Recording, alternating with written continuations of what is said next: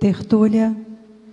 Meu boa tarde aí para todos. Hoje nós temos aqui a mudança de ego, dentro da egocarmologia, que é a automutação da pessoa e da própria vida para melhor, objetivando a evolução consciencial cosmoética, interassistencial, prioritária.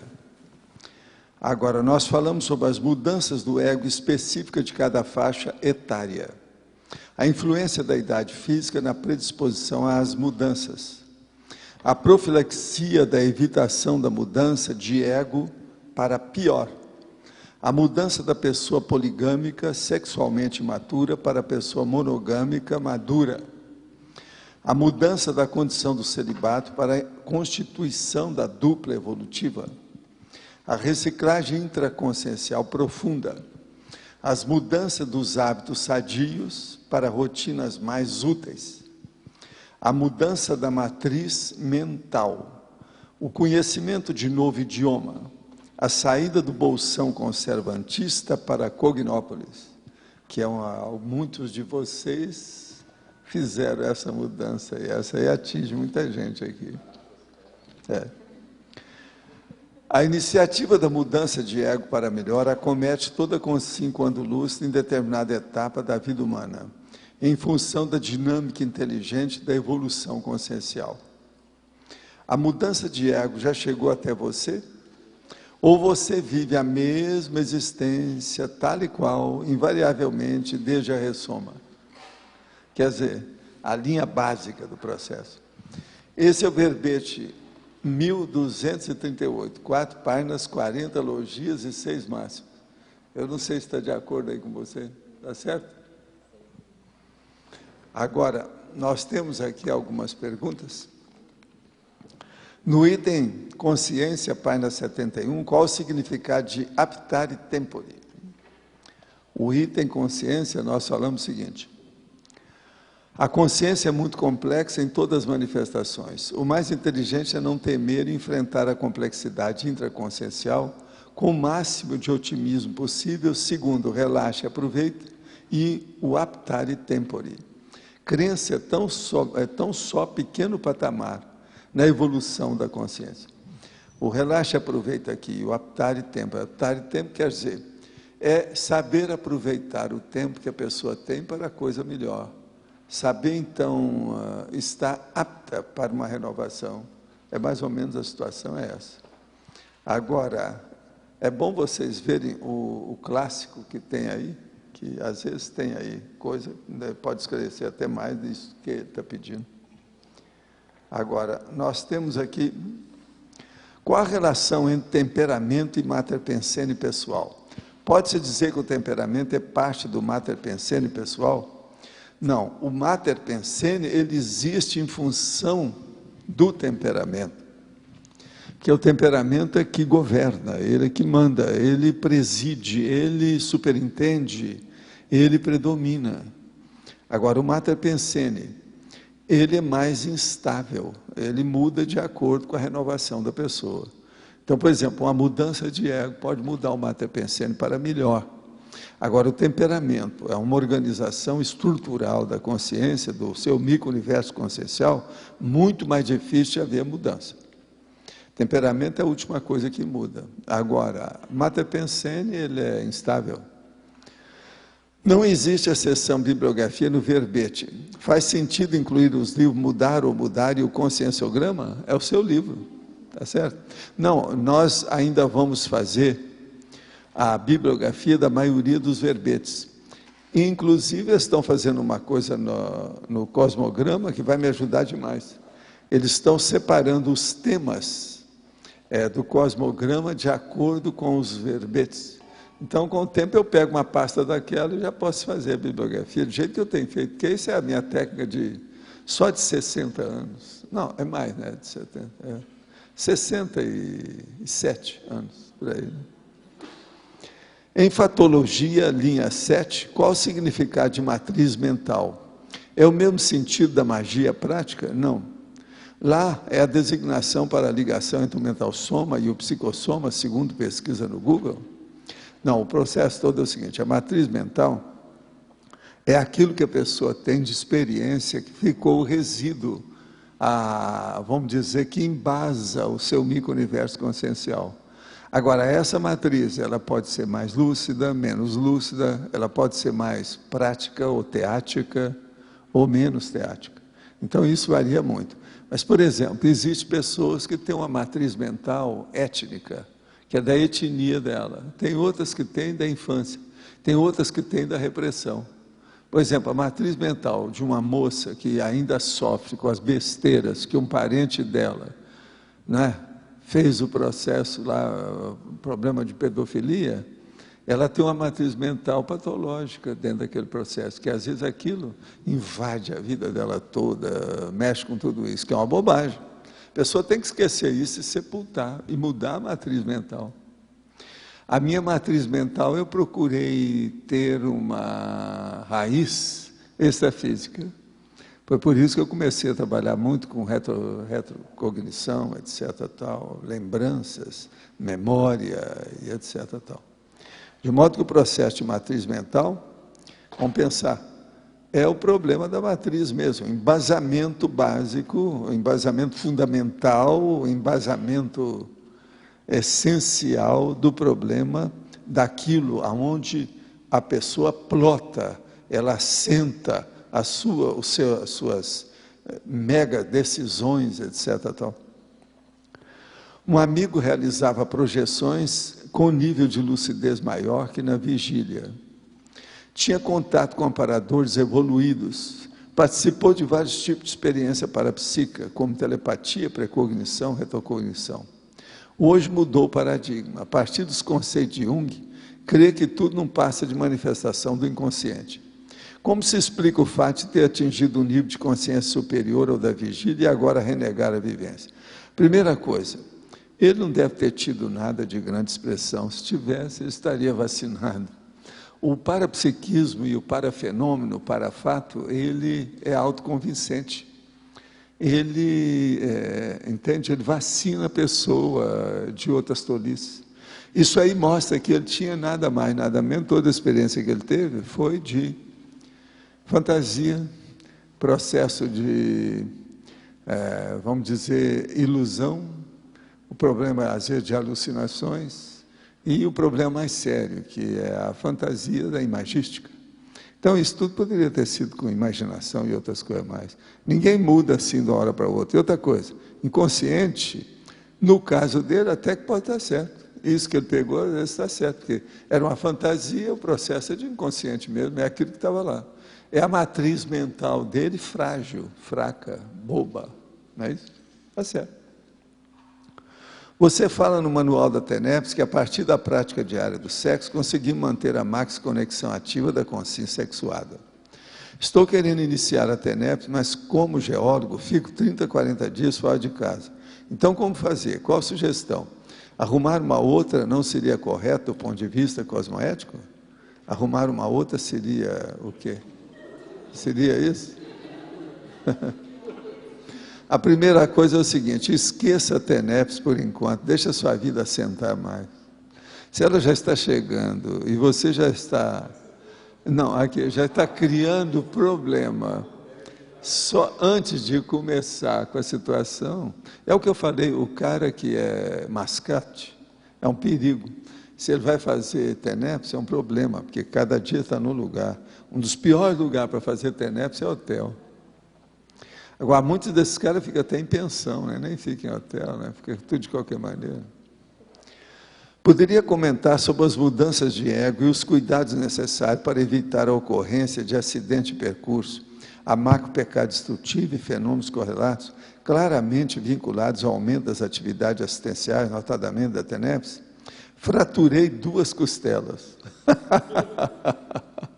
Escuta, você não falou, foi dos primeiros 6 meses? Só para a gente ver, né, dentro do nosso currículo. A primeira coisa é o seguinte, você precisa de ter cuidado com seus processos de energia, porque às vezes você fraturou as suas costelas devido à euforia. Uma euforia que não foi detectada, quer dizer, ela vivenciou você não vivenciou a euforia. Vocês estão entendendo a lógica disso? Possivelmente foi isso que aconteceu com ele.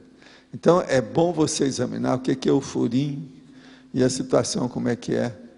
E a gente cuidar do cerebelo, que às vezes a pessoa fica excitada de um lado, começou a mexer com as energias, a poeira levanta. E levantando a poeira, a pessoa às vezes se sente mais revigorada, potencializada, o vigor aumenta. Então aí pode ser. Foi fazer exercício excessivo, com muita confiança, quebrou a costela. E outra coisa, preciso saber como é que foi a fratura das duas costelas também. É comum notar no nosso convívio normal, ou pelos meios de comunicação, pessoas que atingem um status social, profissional, financeiro, mudarem completamente, no caso, para pior, as suas atitudes que eram comuns anteriormente. Começa a agir com arrogância, não falam mais com pessoas que falavam normalmente. Então pergunto, isso é mudança de ego para pior ou a transparência do verdadeiro ego? Não, é a mudança do ego para pior, mostrando como é que é a pessoa proto-reptiliana, que é o antepassado de si mesmo. É aquilo que está aparecendo real com a pessoa, do jeito que ela era na outra vida, ou em algumas vidas, ou enfim, o passado dela. É bom você pegar o verbete antepassado de si mesmo. A mudança de ego resulta da massa crítica de micromudanças imperceptíveis, análises desencadeadoras da macromudança? Sim. Quase sempre uma acumulação no preparatório, na fase preparatória. Tem uma acumulação. A pessoa vai acumulando as mudanças, pouco a pouco.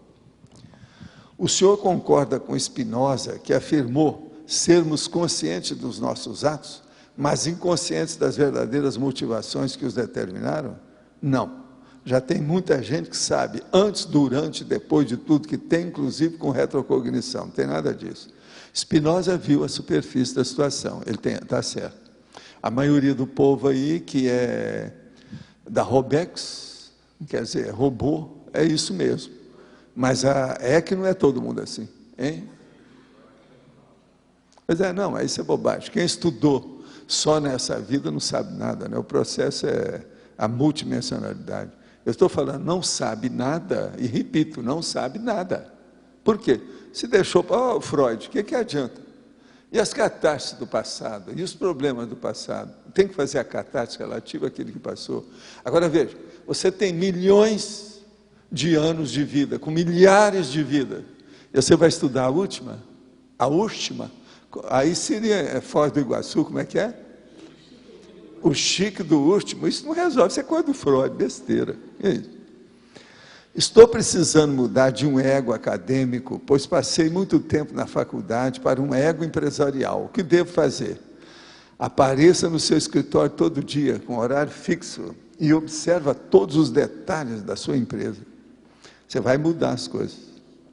Às vezes vai melhorar muito. Agora, dedique-se ao seu povo. Quem é o seu povo? São os seus funcionários. Isso é muito importante. Se você é empregador, você tem um monte de empregado, então é preciso de olhar isso. Eu sei o que é isso, eu já tive várias empresas. Meu pai é de 1901, eu de 1949. Logo, posso considerar que já estava planejando minha ressoma no último terço do século XIX. Pode-se generalizar essa regra ou o processo é mais aleatório? A maioria não sabe nada disso e não planejou nada, foi tudo no tapa. Então, vamos olhar, porque se ver, né? Agora aqui, meu pai é de 1901, divide por, meu pai era de 1901, né? Porque o pai dele não deve estar vivendo, será que está? Se está vivendo, ele está com 108 anos agora, não é isso? Em masculinologia e feminologia, o que é a consciência reabilitada? Quem é que quer falar sobre isso aí? Vocês aí que são especialistas. Uma consciência reabilitada. Aqui tem uma porção, não tem? Você quer falar sobre você, chefe? Pois é, então, fala com ele para ler o seu livro, Mudar ou Mudar. Fala aí, explica, seu cara. Nós temos muita gente reabilitada por aqui. Ler o livro, né? Eu escrevi um livro, Mudar ou Mudar, sobre a minha reciclagem de vida. Então, estava tudo assim, fora de ordem, né? Desorganizado. Então, com a conscienciologia, com o processo dessa organização melhor agora, a gente está conseguindo acertar aqui O Adélio não está aí, senão a gente ia pedir também para ele, não é isso? O que me ajudou muito também foi a conscienciometria. O que me ajudou muito também foi o conscienciograma. Foi o conscienciograma que coloca a gente na linha, né? Em sindromologia, o que é a síndrome de Gabriela? Quem é que sabe o que é isso? Quem é que vai explicar isso aí? Vamos ver. Quem é que chama aí? Quem mais? Explica de onde é que apareceu isso e tal. Gabriela. Como é que é? É a música da novela Explica aí Gabriela. com calma. Essas coisas vocês têm que entrar, participar, né? Na década de 70 tinha uma novela chamada Gabriela, com base na obra do Jorge Amado, e a música falava, não vou cantar, mas falava que a pessoa nasceu assim, vai ficar sempre assim, vai ser sempre assim, e vai morrer assim. Não Agora, vocês sabem de onde que é que apareceu isso? Fala aí, por isso que eu queria que você falasse. Hein? Foi lá do romance, lá do Jorge Amado. Não, eu estou falando de onde é que ele tirou essas coisas, de onde é que vem essa tradição. Gabriela já deve Não, ter. O nome... a condição da Gabriela, de onde é que apareceu? Vocês sabem, eu já falei aqui milhões de vezes. Feudalismo. O feudalismo, a pessoa nascia pobre e ia morrer pobre. Nasceu nobre e vai morrer nobre. Quer dizer, a maior besteira que havia. Agora, o Jorge Amado era cheio de besteira, né? Agora, chamava atenção. Gabriela. Agora, gente, nós temos aqui a nossa excelentíssima senhora, dona Teresa Lacerda, sabe? Essa nossa professora que está aí na minha frente. Agora, o que se passa? Aqui está a Gazetinha de hoje, com a chamada de primeira página, e na página C3 está aqui. Teresa Lacerda lança A Pedra do Caminho, domingo em Foz. A autora memorialista participa hoje de talk show, hoje, em francês, na Associação Cultural Franco-Brasileira. No domingo estará no Catarata JL Shopping. Agora está aqui, Teresa, envelhecer é inevitável, evoluir é optativo. Está vendo? 82 anos falando para nós. Ela é uma mestra para mim, né? Minha mestra, ela é mais velha do que eu rendo minhas homenagens todo dia para ela, desde que ela apareceu aqui. E outra coisa, ela era bibliotecária durante anos e anos. Quantos anos você foi bibliotecária? 30 anos de biblioteca, quer dizer, então, eu tiro meu chapéu para ela, você está entendendo? Aqui, ó, eu não tirei porque eu já estava sem ele. Então, a gente precisa de ver. Outra coisa, na ilustração aqui está falando, o livro é um balanço existencial da autora memorialista, que aos 82 anos divulga a conscienciologia como um meio optativo para reciclar e evoluir. Está falando bacana aqui, sobre talk show. E outra coisa, as duas ilustrações estão de cor, coloridas. Isso não é todo dia aí. Eles gostaram muito dela. E outra coisa, juntaram dois para fazer isso, a Leila Gessing e o Robson Meirelles, que fizeram a reportagem e as fotografias. Negócio sério, bacaninha. Isso não é todo dia. Isso aqui vai para a terceira bibliografia, é que a Cris não está aí, precisa entregar isso para ela depois. Muito Valdo, bacana. Aqui, Valdo, você falou agora de biblioteca, esses dias eu vi na televisão que o Midlin, ele doou a biblioteca dele, não sei se soube. Ele doou, eu vi na televisão. Tudo. Outra coisa, nós estamos falando nele aqui, né? É por Você isso viu que aqui? eu estou falando. José F. Mindlin. Está falando nele aqui. 914. Podia aproveitar e perguntar? Você coloca aqui que tal fato pode apontar o complexo e possível morex. Por que poderia apontar o complexo no caso dele aí? É o que você está falando. Pelas coisas dele, às vezes ele veio e fez uma porção de coisa para depois dar no problema, para exaltar o problema da ideia. Para mim, ele devia ser uma pessoa que já devia estar fazendo livro desde rapaz, mais cedo. Agora, de qualquer maneira, ele recuperou o tempo perdido. Agora, o problema todo, nós temos que levantar uma lebre muito séria nesse negócio todo, que eram as coisas da biblioteca do Rita, que eu estou lendo aqui.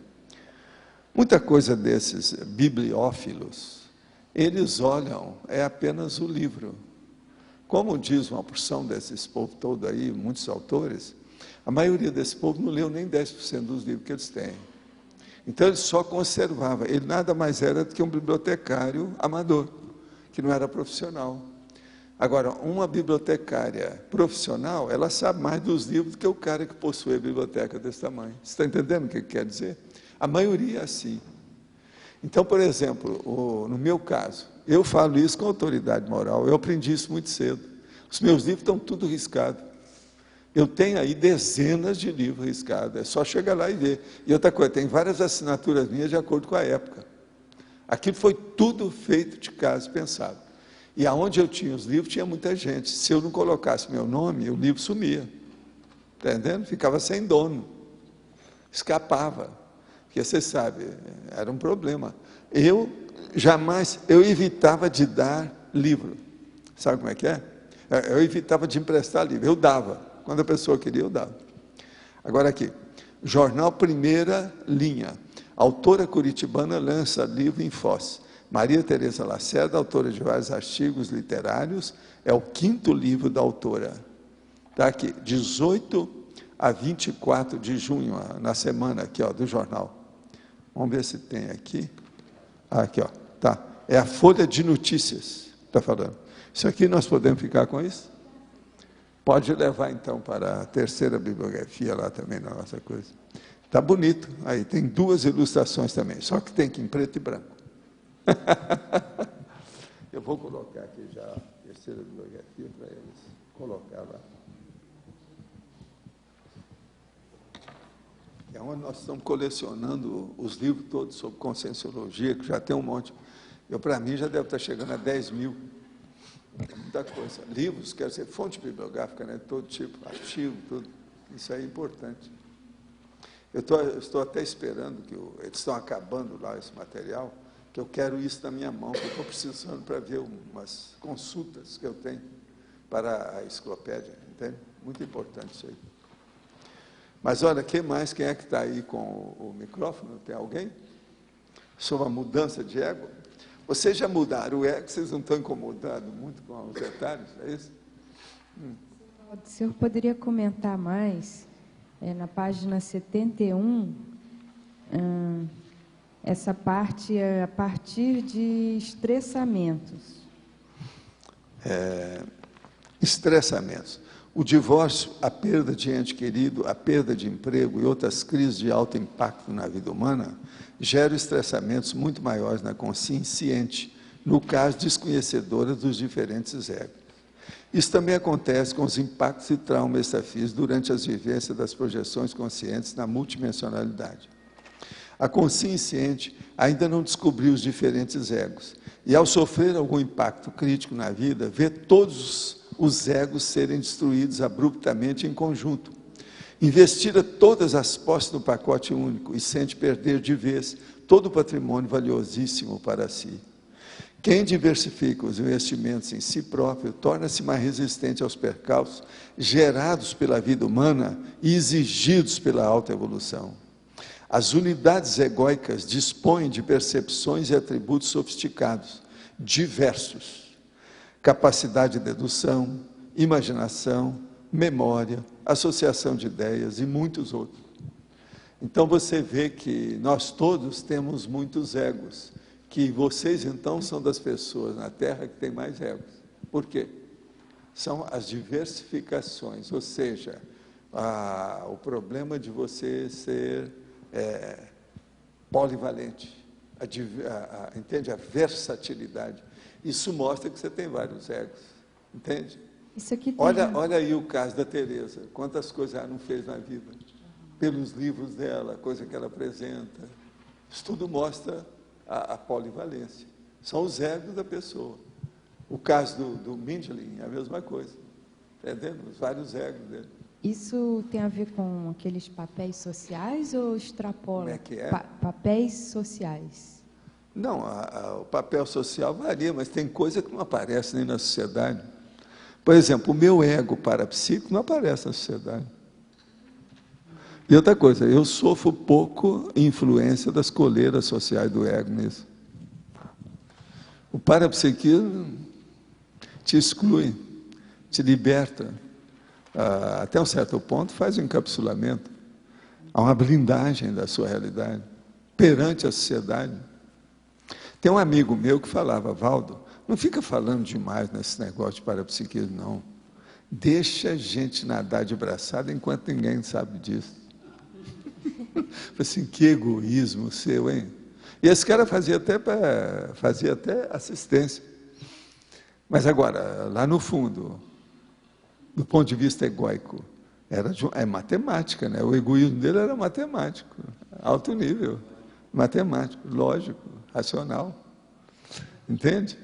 Para quê? Não fica falando, não, o povo não quer nada, deixa para lá, deixa se quebrar a cara. Assim, mas não pode, nós temos que ajudar, o que você está fazendo aí?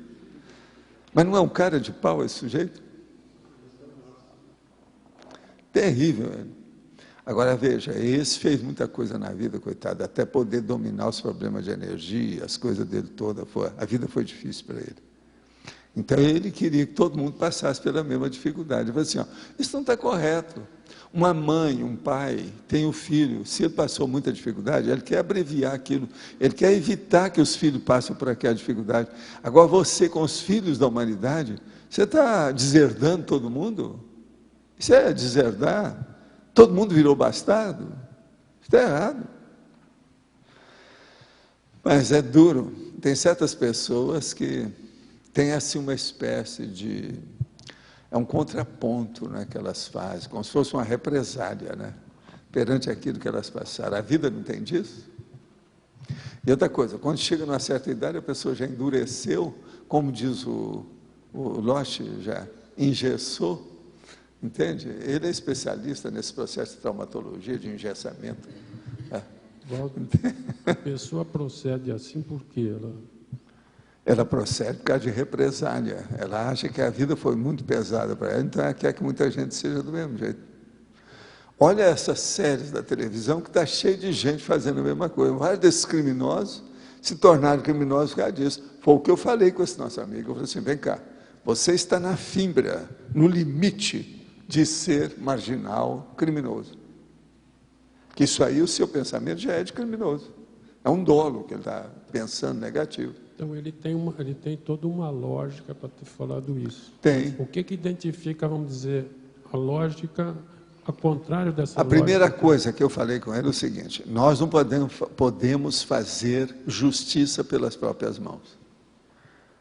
A sociedade humana já tem a justiça, já tem o tribunal, já tem o juiz, que é para substituir os nossos julgamentos perante a marginalidade, a situação toda. O que você está fazendo está errado. É fazer a justiça pelas próprias mãos que aparece o serial killer, o homicida, o povo que entra, que é voluntário na guerra. Está tudo errado, são tudo psicóticos. Eu falei com ele, ó, seu nível de psicose. Você está vendo a lógica disso? E outra coisa, ele ficou sem nenhuma saída, porque isso aí não tem jeito. Entende? É baseado nos fatos. Mas a gente identifica essa lógica, e na verdade para a gente é uma falsa lógica, é a cosmoética. Pois é, mas olha, a hora que vem a sociedade e se torna homicida, assassina, por exemplo, lá no Texas, que eles matam aqui dezenas de pessoas, às vezes, num ano só, tudo na cadeira elétrica, eles têm uma lógica deles, mas é uma lógica totalmente errada.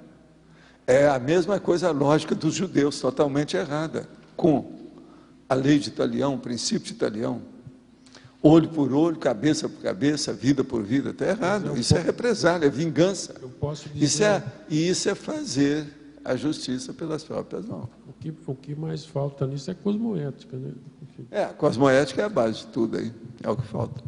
Você queria falar? Valdo, na página 70, na enumerologia, que é o segundo item, na segunda para a terceira linha. A permuta das ocupações profissionais?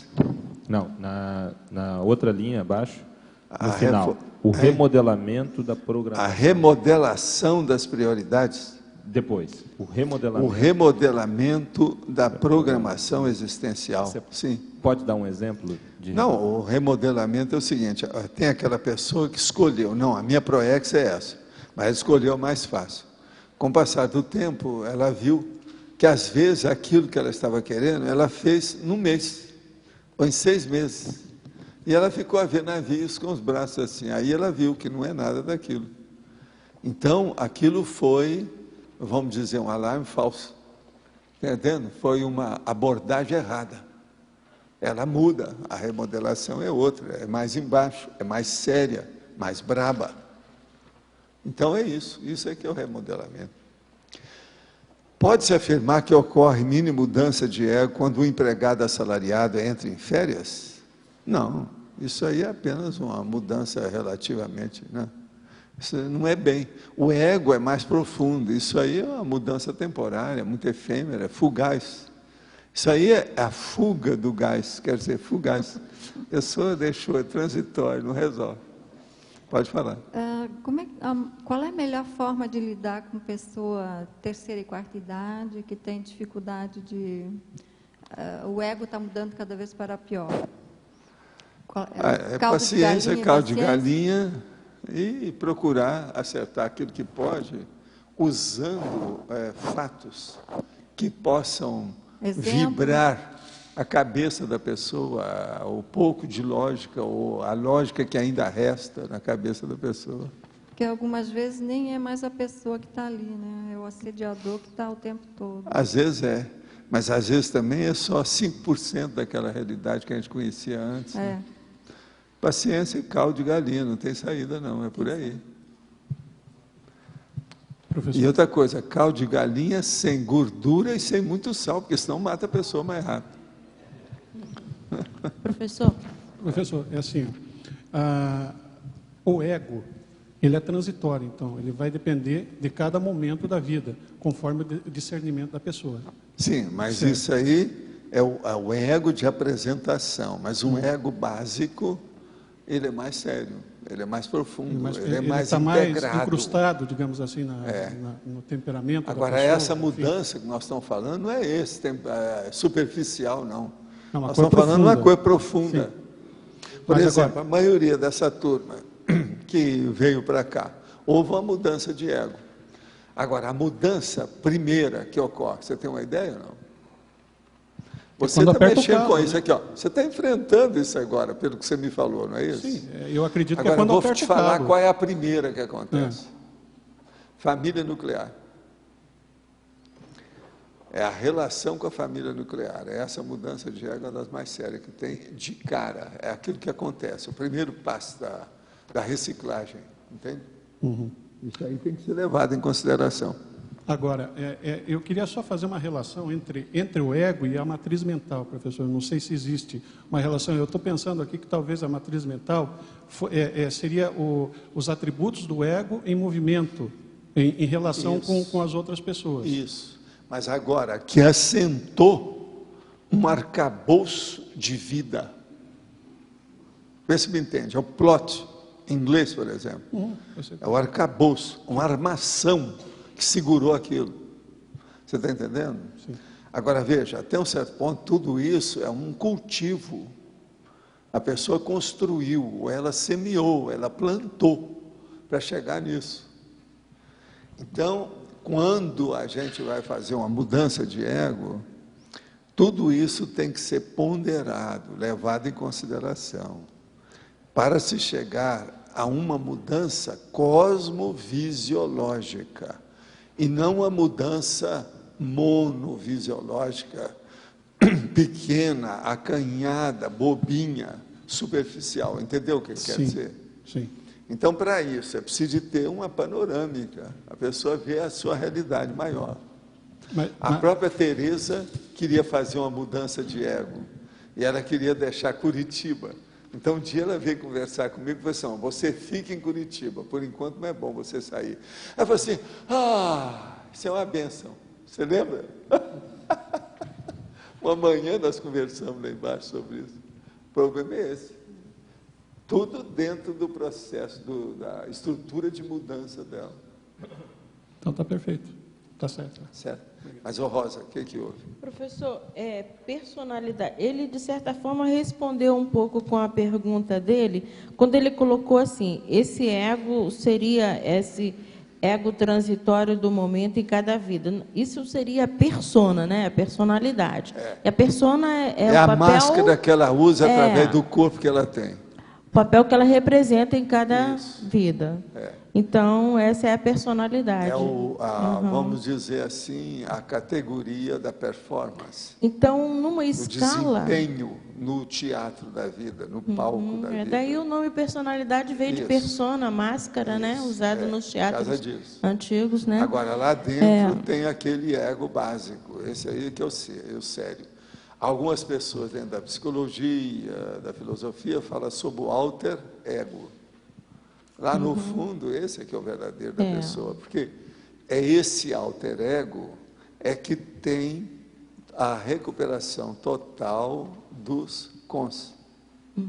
Com os cons, nós vamos explicar uma opção de coisas dessas coisas da psicologia e da filosofia. Eles não quiseram mexer com o processo das unidades de lucidez, não pensaram nisso.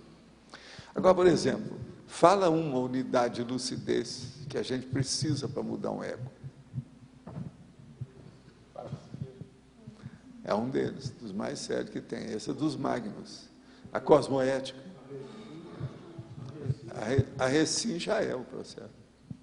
Mas, Rosa, ficou mais ou menos claro isso aí? Assim, pelo menos tem um mecanismo para você estar racional? Faz sentido? Sim. E, professor, então, nessa escala da mudança, né, o mais transitório é a persona, em seguida vem o ego e, por último, o temperamento, né? No fim de tudo vem o temperamento. O temperamento, você tem que incluir as suas reações do momento. Está entendendo? Isso é do temperamento da pessoa. Você pode começar a estudar o temperamento de uma pessoa pelas reações que vão ter. Então, por exemplo, olha, nós vamos ao cinema hoje, eu vou falar com fulano. Não, ele vai falar que não vai, que ele não gosta desse tipo de filme. Você já sabe da reação dele. Aquilo é o temperamento dele. Uma coisa boba.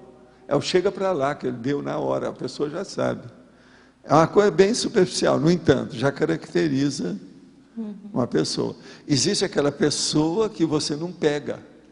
Ela não é palpável, ela é difícil da situação. Esse é um temperamento, é o chamado temperamento difícil. Está entendendo, então, há pessoas com mais arestas do que outra. Por quê? Na condição de consim poliédrica, ainda não foi tão burilada. Vocês já foram muito burilados. Só o nosso chefe é que ainda tem mais umas 5 arestas mais agudas, não é isso? São 5 que você tem? Eu não sei. Mas ele não sabe, entende? Então está pior a situação. Mas estava falando de alter ego. Pelo que eu vi, o pouco conhecimento que eu tenho em dicionário, alter ego seria outros egos, outras modalidades de ego. Eu não sou... Mas como a conscienciologia vê isso? Que a pessoa pode ter vários egos. É igualzinho o processo inconsciente. O que é o inconsciente? Inconsciente nada mais é do que a sua holomemória. O resto é bobagem. Tudo é manifestação. Agora, você vai falar assim, não, mas pode ter inconsciente coletivo? Sim. A holomemória grupal, coletiva, ambiental, holopensênica.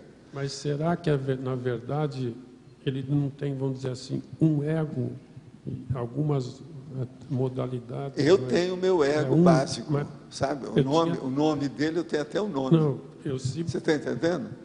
Chama Zéfiro. Então, eu tenho sempre a esse é meu ego extrafísico. A minha impressão é que a gente tem um ego. Esse negócio de alter ego, para mim, fica um negócio meio esquisito, que é coisa da psicologia, mas eu não entendo. Não, mas olha, em parte, você fizer uma abordagem do jeito que eu estou falando, tem sua lógica. Alter ego, no caso, seria um ego maior, o mega ego. Esse mega ego seria a sua realidade básica multiexistencial. Seria a sua realidade holobiográfica. Vamos dizer que eu dessome, aí tem uma recuperação de eu teria um outro ego ali. Não, você está caminhando para recuperar o seu alter ego que você não conseguiu fazer aqui nessa vida. Você está com sub-ego aí. Algumas mulheres têm sub-égua.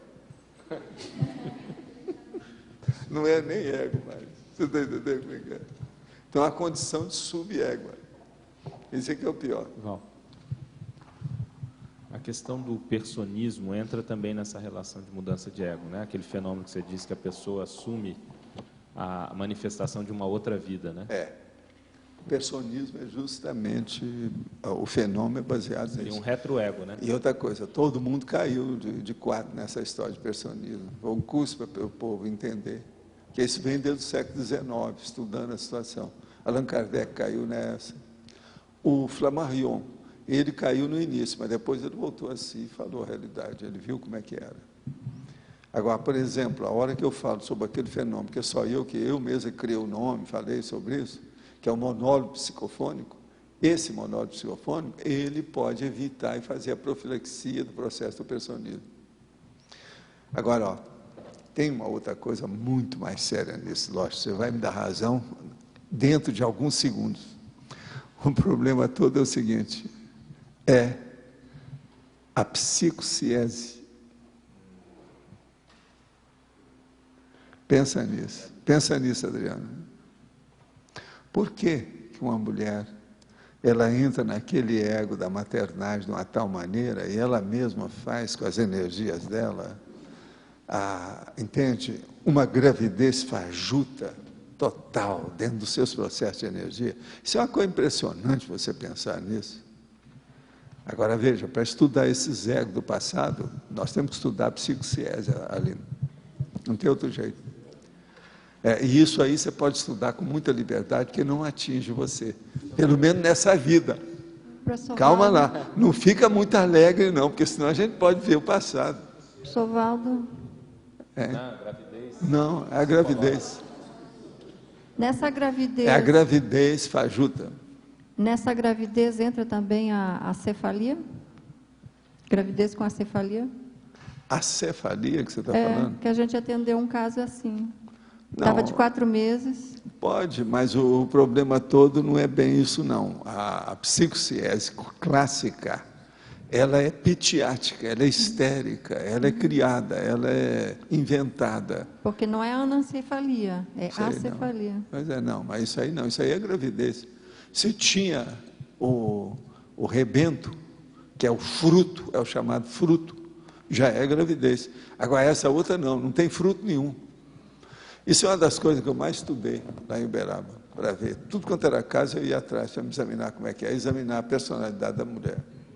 Agora, é impressionante isso aí.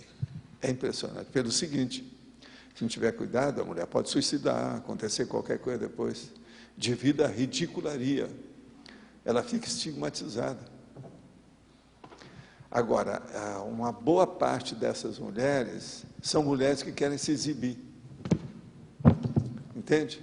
Que é o caso do Chico de Assis. Ele quis se exibir para ser superior a Jesus Cristo. Para isso, ele tinha que ter os estigmas. Ele criou no corpo. Então, o problema da exibição, a força que a pessoa coloca no assunto, ele consegue imprimir. A energia funciona mais, por causa da emoção, aí no caso.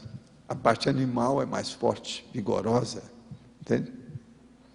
Isso é impressionante pensar nisso. Valdo, nessas mudanças de ego aí, eu queria ver como é que a gente faz dentro da conscienciologia, que nós estamos mudando de faixa etária, né? Então, uns mudam de ego para um lado, outros para o outro, o conflito entre as gerações, principalmente com os inversores que estão chegando, a nova geração. Como, vamos dizer assim, otimizar isso, não cair no mesmo erro? O processo é mostrar maturidade através dos fatos, exemplificação através dos fatos, cosmoética através dos fatos. Exemplo didático, gancho didático através dos fatos. Não tem outro jeito. Esse é o caminho que nós temos. É a abertura que a gente tem à frente. Agora, muita coisa pode ser feita nisso. Você comentou esse caso desse amigo seu, né, que falou, não, deixa esse povo se quebrar, porque, né, afinal de contas, e a gente já, vamos dizer assim, errou e tem hoje já uma linha de acertos bem maior. Como disponibilizar esse acervo, como não deixar o inversor... Entendeu? Assim, ao relento até deixar de explicar isso tudo para eles, para fazer a profilaxia. Antes que a pessoa pense, já responde a ela.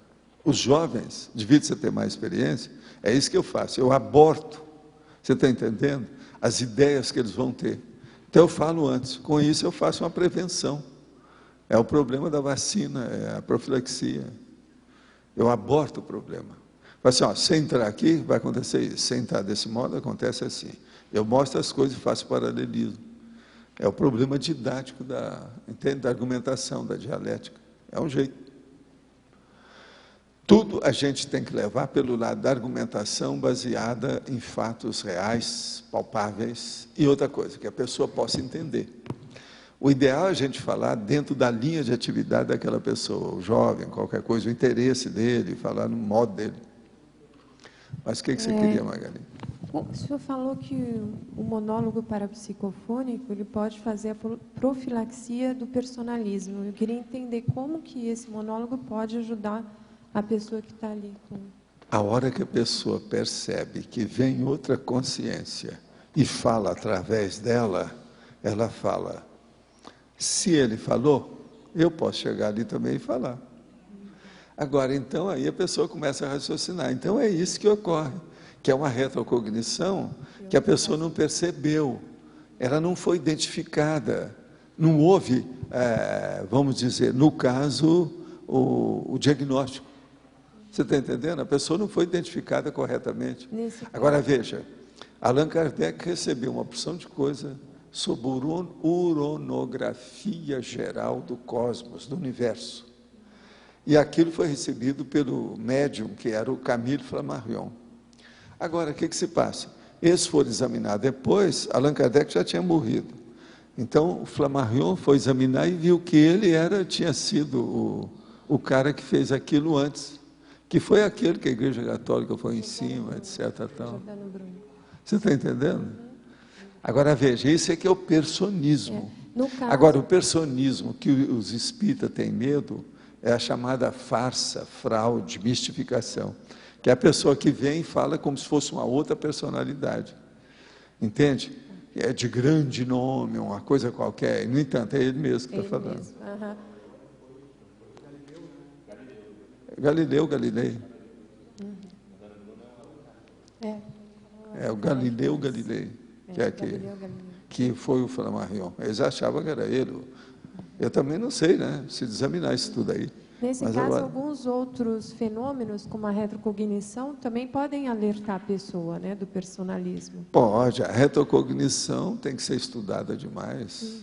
Por isso que a gente fez um dos primeiros laboratórios, foi isso.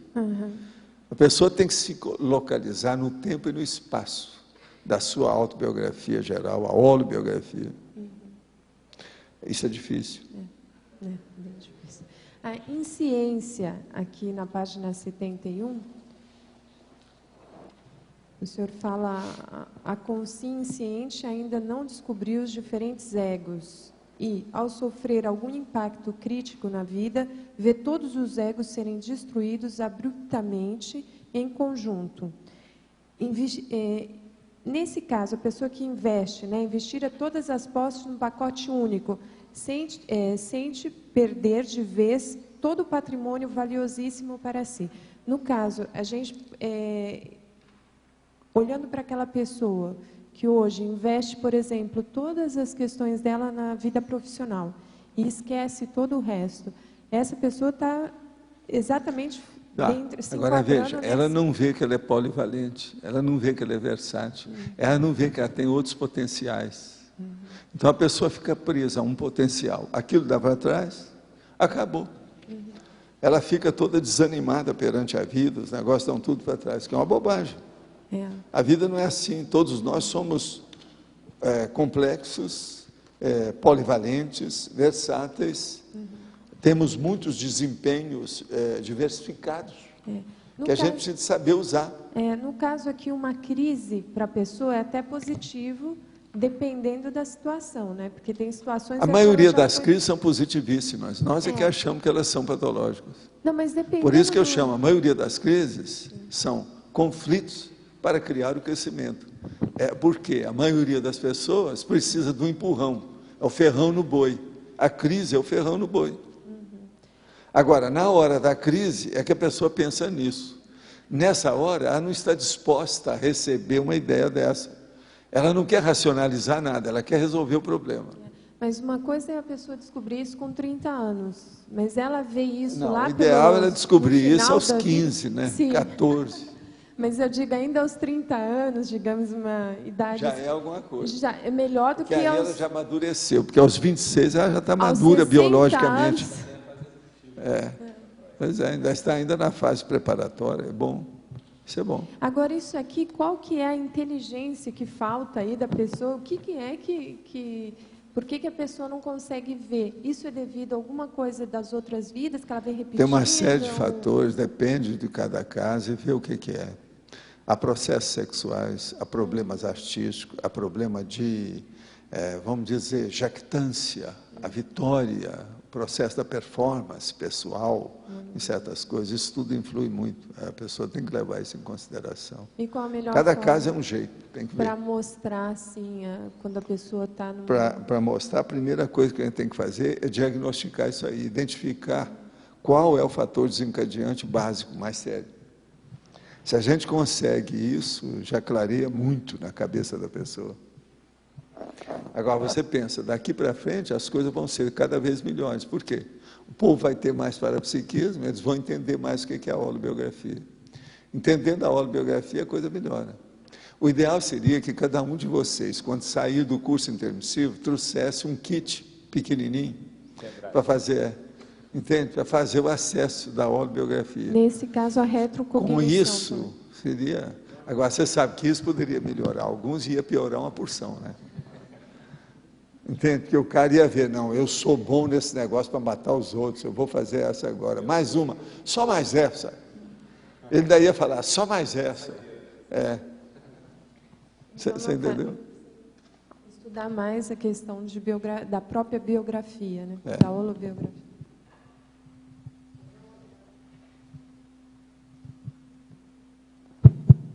Na página 71, tem o item lembranças. Diz assim: lembramos do rosto de alguém sem lembrar do nome da pessoa.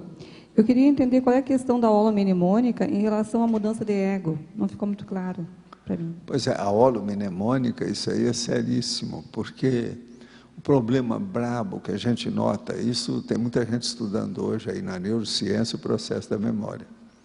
Mas, por exemplo, a memória nominativa é uma das piores que tem, mais difícil. E é onde a pessoa começa a esquecer mais depressa, é isso.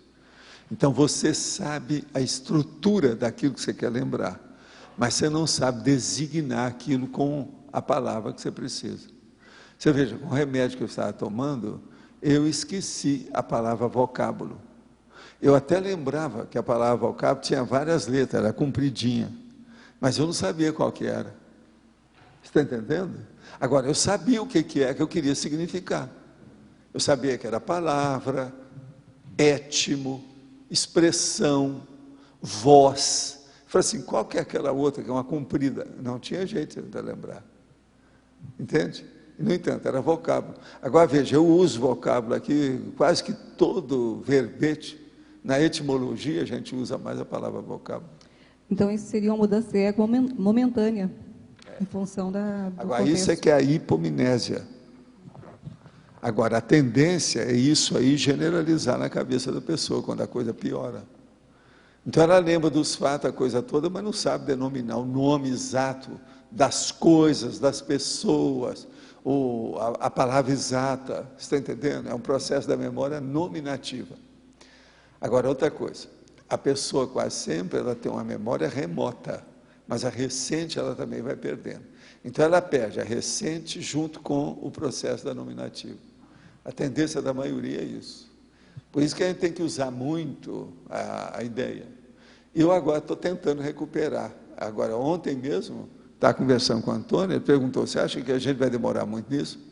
Eu passei 10 meses tomando remédio. Eu acho que eu vou demorar 2 anos para recuperar minha memória total, se eu recuperar tudo bonitinho. E outra coisa, eu não posso tomar, por exemplo, o ginkgo biloba agora, porque eu estou tomando um remédio que faria comorbidade com ele e pioraria. Eu tive que cortar o ginkgo biloba. O ginkgo biloba ajuda o processo da concentração, que reflete sobre o problema da memória. Mas então, meu problema hoje é ficar atento. Aqui, ó. O meu negócio é esse, para manter o processo da memória. Agora, vocês veem se eu estou claudicando com a minha memória. Até aqui agora, eu acho que ninguém percebeu qualquer coisa. Eu estou mais ou menos. Mas agora que ela não é a mesma, não é. É tanto que eu escrevi no papel. Não confie mais na memória. Anote as coisas essenciais. Eu mudei os meus hábitos. Era o jeito. Para não ter nenhuma... Porque eu não gosto de errar. E outra coisa, um dos piores erros para mim é o errinho. Que isso eu acho que é um processo subhumano, é de vegetal. Então, a hora que eu viro vegetal, é horrível na minha idade você virar vegetal. Você cometer um errinho. Você está entendendo? Cometer um errão grande, complexo, ainda vai, você tem que estudar por quê e tal. Mas agora, um errinho de todo dia, não dá.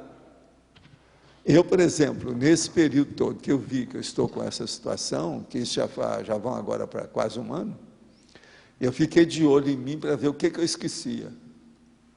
Eu não permito que eu me esqueça das coisas. Entende? Agora, eu faço uma opção de coisa dentro das minhas técnicas. Por exemplo, chave. Eu, às vezes, deixo a chave na porta de propósito, para eu lembrar que eu deixei. Mas eu não esqueço lá por minha cabeça. Entendeu isso?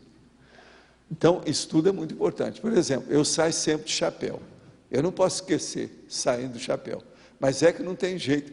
Eu lembro tudo na hora se eu sair de chapéu, porque a cabeça esfria na hora que eu fico no tempo. Você está entendendo? Eu noto pelo vento qualquer coisa. É um problema. Então, essa aí nem não vale. Então, essas coisas que nós temos que colocar dentro da holomnemônica.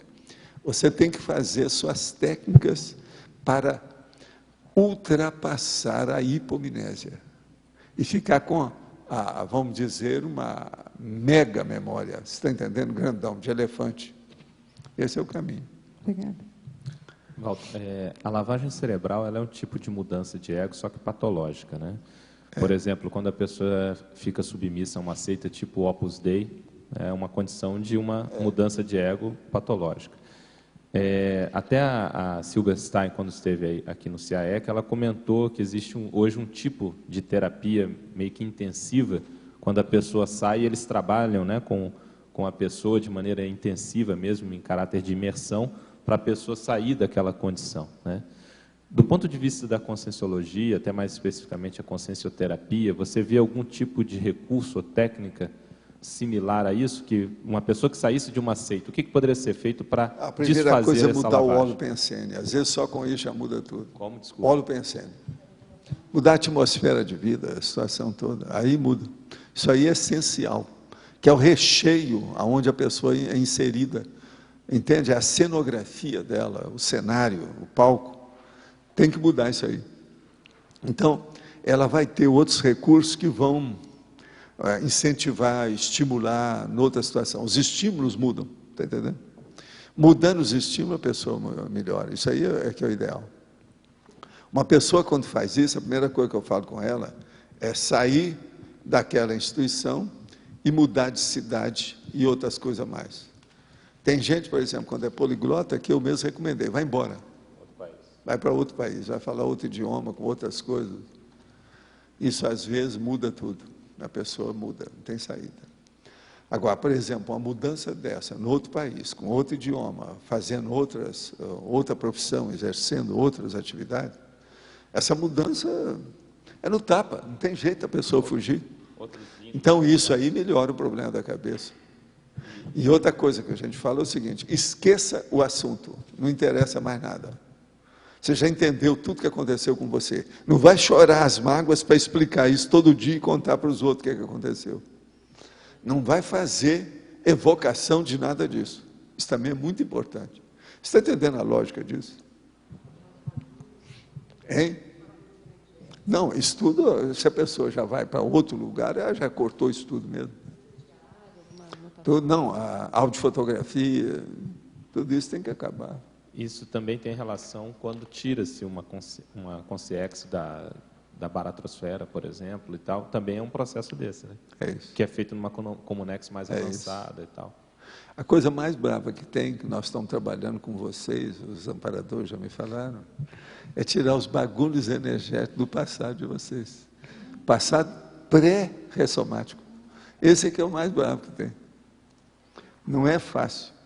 Agora aqui, é possível a análise do ego a partir da conciliação do ponto de vista da etologia e da conscienciologia?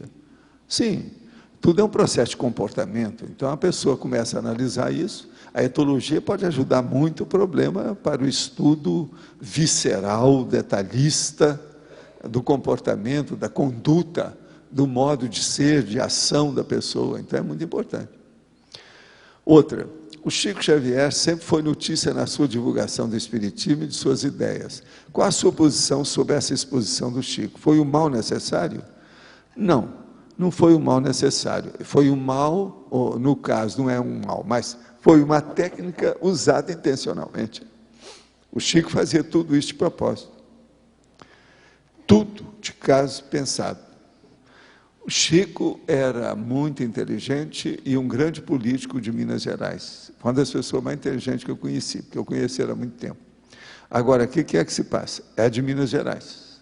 Conhecia tudo isso. A hora, você quer pessoa mais política do que essa? Eu falei, não, o que é verdade? Eu não sei o que é. Não posso falar nisso. Ele nunca foi declarar o que é verdade. Você quer mais política rastaquera do que essa? Então eu falava, ó, se você acha que é assim que tem que ser, vai ser. Dentro daquele nível dele, era o melhor que ele podia fazer. Então, nós temos que entender o seguinte, ele gostava do assunto, ele precisava daquilo. Entende? A pessoa dele era importante, era o líder. Agora, veja, dentro da política, por todo lado, tem gente assim, né? É o processo da liderança. Esse é o motivo que eu sempre quis tirar meu corpo fora de ser líder da história, para diluir a ideia com os outros e esquecer a minha pessoa. Agora, isso é uma das coisas mais difíceis que tem na vida humana. Se deixar, a coisa sai. Você não viu essa última reportagem aí do Jackson? Que é a minha. Raramente eu tenho um negócio desse falando da minha pessoa, assim, ainda mais em título. Isso aí é raro. Entende? Eu acho que o povo agora está olhando para mim assim com uma certa. Como é que se diz? Uma pena, uma peninha, né? Peninha igual criança. Eu estou na segunda infância, estou chegando aos 80 anos, deve ser isso que eles estão pensando. Mas tudo, ó, besteira. O processo são as ideias, a pessoa é secundária.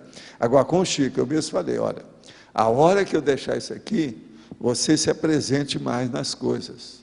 Aceite todas as homenagens que tiver de processo de cidadania dessa cidade, daquela, vai lá onde for.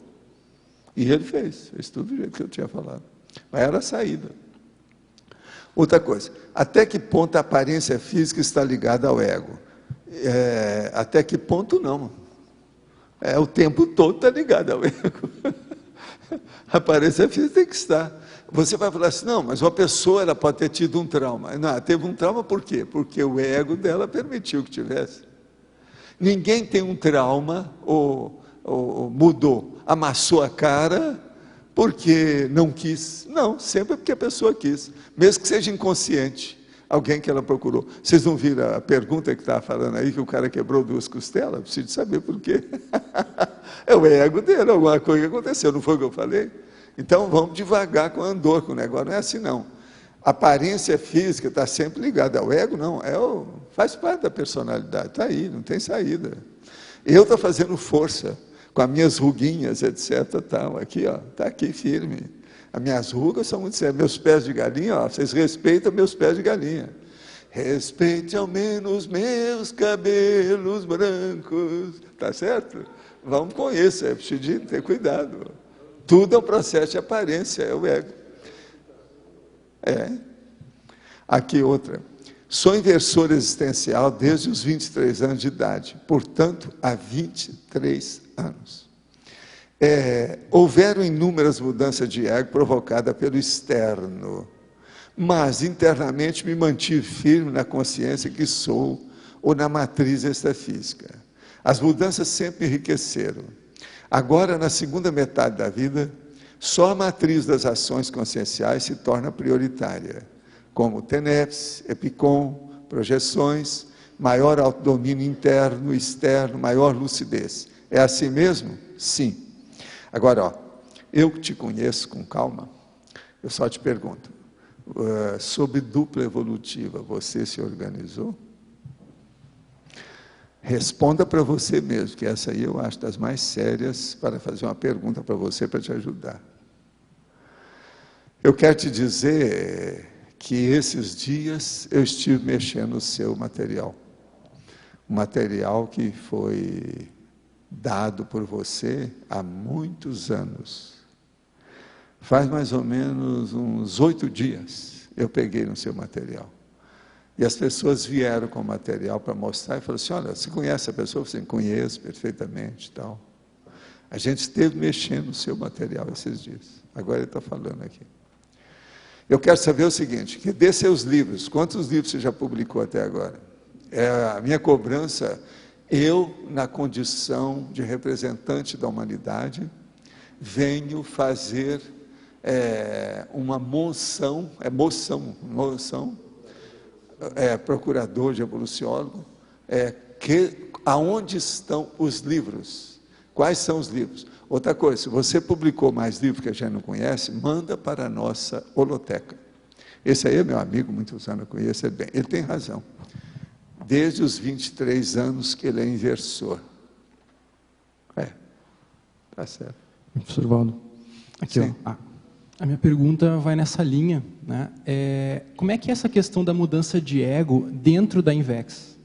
Porque no início da Invex tem aquela mudança de ego, vamos dizer, ainda da adolescência, do porão e tal.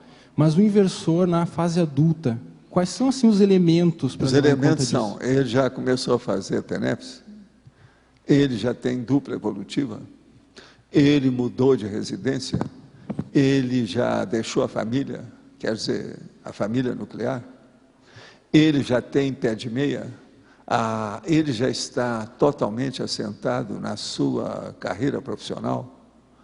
Tem mais coisa? Preciso falar mais? Depois dessa aí, só já tem um monte de coisa para vocês verem. O que você acha? Tem lógica?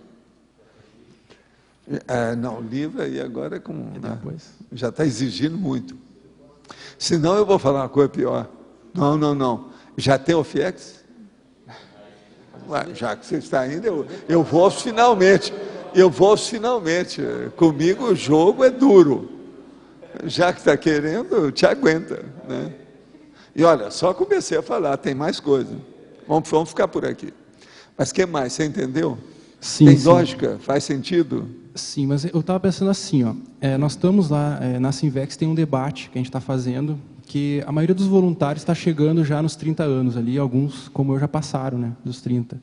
E tem uma espécie de uma crise, assim, vamos dizer, nessa questão, né, porque há muito conhecimento invexológico do início da Invex.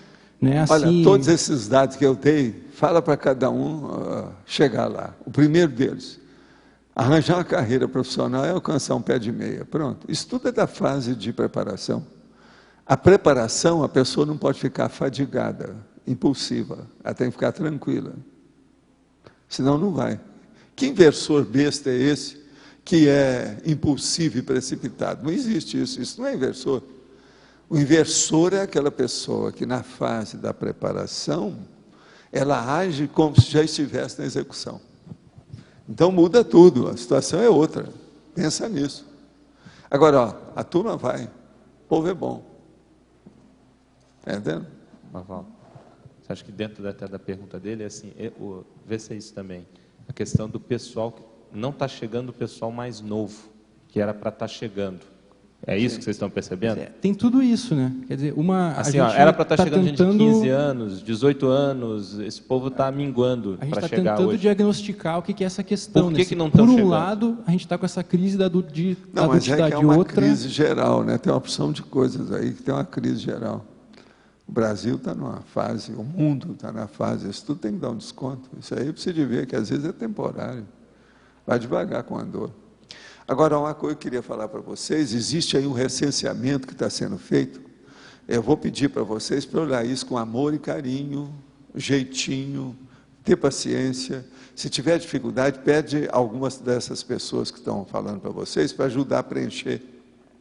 Agora, preencha aquilo que você puder. Vamos fazer força. Mas agora, preencha. Tá certo? Pois é, né? Não, e outra coisa, o Lula veio agora para salvar o Sarney. Você sabe que o Lula é o salvador da pátria e o salvador dos criminosos, né? Ele é o cara que salva todos os criminosos e marginais do Brasil. Então, é lógico, é Lulinha, paz e amor, é isso aí. Então, ele vem para pôr a mão na cabeça da pessoa, etc. Tal. É um problema. Outra coisa, atualmente ele está pondo a mão em países que ele já ajudou, lá na África, agora colocou a mão em cima do FMI, mandou lá uma porção de bilhões para o FMI, quer dizer, é o Lulinha, paz e amor. Então, veja, é um problema. Agora, veja, na minha terra o nome disso chama-se prodigalidade. É fazer bonito com a mão do gato. A prodigalidade é quando a pessoa, numa empresa, que ela tem uma finalidade, dá para fazer alguma coisa, a pessoa pega aquele dinheiro e começa a fazer o cartaz dela, pessoal, com o dinheiro da empresa. E ele está fazendo isso com a empresa brasileira, a chamada Brasil, a empresa que ele é. Mas ele é isso, ele é o pródigo, é o maior político de prodigalidade que apareceu nessa minha vida, com 77 anos que eu já vi. Pois é. Eles tiram partido dele de todo tipo. E ele não desconfia, não, ele vai em frente, ele é firme. Após o arco voltaico feito em minha companheira, ouvi o seguinte relato dela. Da mão direita senti como bolas de fogo especial que não queimava, mas que tomava toda a minha fronte, de maneira intermitente, invadindo a caixa craniana como se iluminasse todo o interior. Da mão esquerda, nada senti de diferente. Nesse caso, a mão esquerda funcionou à maneira de um fio terra? Não, foi tirando as coisas. A outra coisa, a mão esquerda, ela, no meu caso aqui, que eu estava fazendo, ela funciona no occipital, ou seja, na região nucal. É o chakra secundário da nuca. É onde tem a saída dos bloqueios de assédio, bloqueio de todo tipo. Uma pessoa, por exemplo, ela começa a sentir alguma coisa na nuca aqui, é porque uma boa parte, um percentual enorme, é porque tem assédio, heteroassédio. Então, o caso aqui é esse. Agora, a mão direita é que manda a partir do fronto chakra para pegar nos outros chakras e pegar a situação e pegar os dois hemisférios cerebrais, a partir do lobo, dos dois lobos frontais. Então, o problema aí é esse. Outra coisa, ela é boa, porque de cara não conhecia nada disso, e sentiu essas coisas desse modo, mostra que ela pode alcançar com muita facilidade, em pouco tempo, uma sinalética energética e parapsíquica bem avançada. Isso aí revela isso. Tenho 57 anos, conheci a Conscienciologia com 50 anos, e foi como rememorar algo que já sabia. Em qualquer situação dessa existência física e extrafísica, tem a sensação de procurar um amor, entre aspas. É um mata pensando presente. Quero mudar esse ego, mas não é discernimento, é uma sensação. O que fazer para mudar esse ego? Poderia me ajudar? Comece a ajudar todo mundo, faça pesquisa de assistência e aumente a sua assistência, que você vai encontrar quem você está querendo. Através da assistência, a pessoa encontra as suas empatias do passado. É assistência. Porque os amparadores ajudam. Eles vão condicionando a pessoa até a interatividade, a sincronicidade, o encontro, faz a confluência disso. Você quer encontrar com o amparador, vá procurar o assistido. E é através do assistido que você vai fazer assistência que você enriquece a assistência do amparador. As empresas possuem código de ética que mostram a seus colaboradores como devem se comportar, o que é permitido ou não fazer ali. Partindo dessa premissa, gostaria de saber a sua opinião sobre o porquê, dentro das ICs, que não há um código de cosmoética ou ética com a finalidade de mostrar que existe uma ordem ou regra dentro da mesma. Veja que, por mais que todos saibam que existe uma cosmoética, uma ética, muitos não as cumprem, causando problemas, atritos e confusões com as pessoas nas ICs. Tudo porque o egão fala mais alto. Como atuar com esse tipo de demanda dentro da instituição? Olha, existe uma coisa que já foi feita para ajudar isso aí. Na realidade, não é uma coisa, são duas. Uma é a Unicim, que foi feita para isso. A segunda é a Ciajuc, que também foi feita para isso. Agora, o ideal seria, então, era vocês se reunirem, chegar na Unicim e pedir para fazer o código, ajudar cada instituição a fazer seu código pessoal específico. Isso aí pode ajudar. Sempre é bom ter mais um código, sempre ajuda. Agora, por exemplo, o Instituto tinha algum código nesse sentido. Nós fizemos até uma certa época lá o fluxograma de cada um. O que eu acho mais sério é a hora que o código começa a funcionar com o fluxograma da pessoa lá dentro. Esse voluntário faz isso. Tudo ali que ele tem que fazer. Não, as suas obrigações, seus deveres, as suas funções, seu cargo, tem que ser exercido fazendo isso aqui, desenvolvendo isso. Isso aí é muito importante, então, colocar também lá. Não é só fazer o código, mas colocar cada pessoa entrosada dentro do fluxograma, que é aquilo que eu chamava de caixinha. Cada caixinha tem que funcionar, e ela não pode ser vazia, ela tem que ser eficaz. O ego não é apenas uma fase em direção à evolução, despertar da consciência, não é apenas uma identificação errônea de quem realmente somos em essência. O que quer dizer egocentrismo? Não é patologia? Qual é a diferença entre ter um ego e ter dignidade? Não. Vamos entender aqui. O ego que nós estamos falando aqui é a sua consciência. É você. Pensa nisso. Isso aí não é o egão que eu estou falando. Ego é uma coisa, egão é outra. Eu, quando estou falando o processo patológico, eu digo egão, umbigão. Agora, aqui não. O ego que nós estamos falando é você.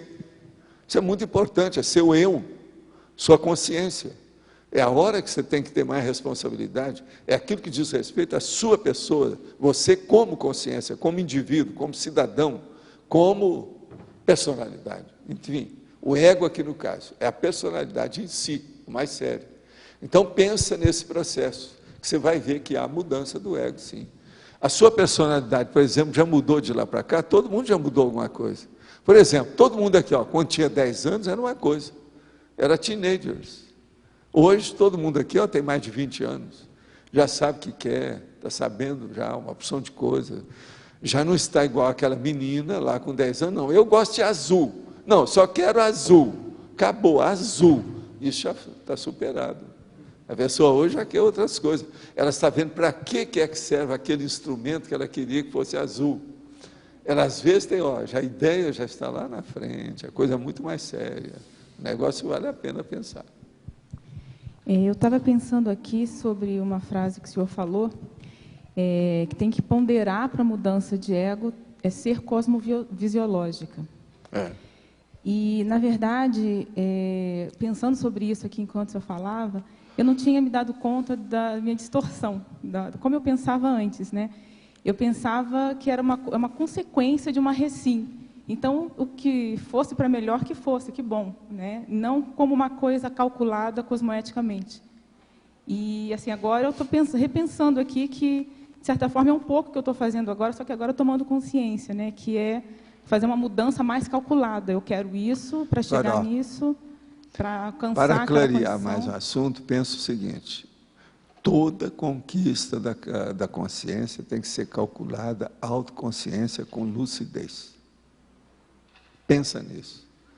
Tudo que a pessoa conquista, mas ela não para pensar, ela não reflete, não adianta nada.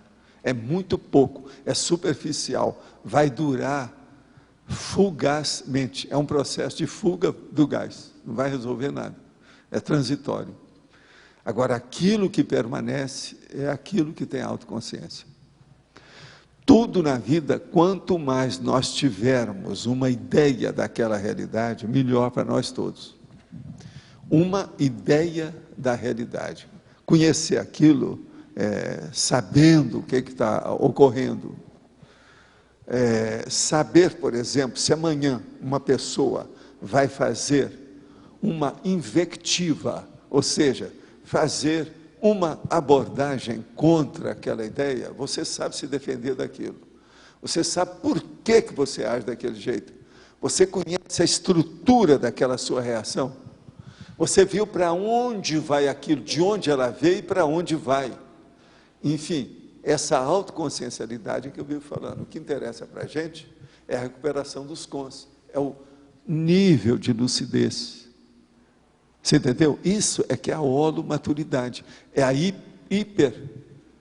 acuidade, é a percussiência prioritária do processo evolutivo. Isso é que é a inteligência evolutiva.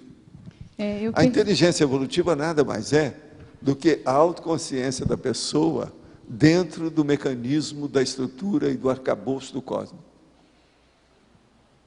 É isso que é inteligência. Eu percebia isso, quer dizer, hoje com uma visão melhor de mim mesma, eu percebia antes, assim, algumas fases, né? A primeira era aquela mudança que a pessoa chegava, você está melhor, que bom, era uma surpresa. Então, é aquela coisa ainda muito rasa, né? Depois eu percebia, eu tinha algum nível de autoconsciência da mudança. Tem um problema que você tem que sair dessa. Lá pelas tantas, não adianta ficar na teoria, ou no diz que me disse, ou na apreciação apenas de uma abordagem teórica. Você tem que ver o seguinte, o que isso trouxe de renovação, quais os fatos palpáveis, concretos que você tem para mostrar para você mesma o resultado disso. Porque não adianta nada você ficar na teoria sem resultado. Não, eu entendi. Eu estava falando desse primeiro momento. Um segundo momento seria uma autoconsciência, mas ainda sem um autogoverno, sem uma autogestão.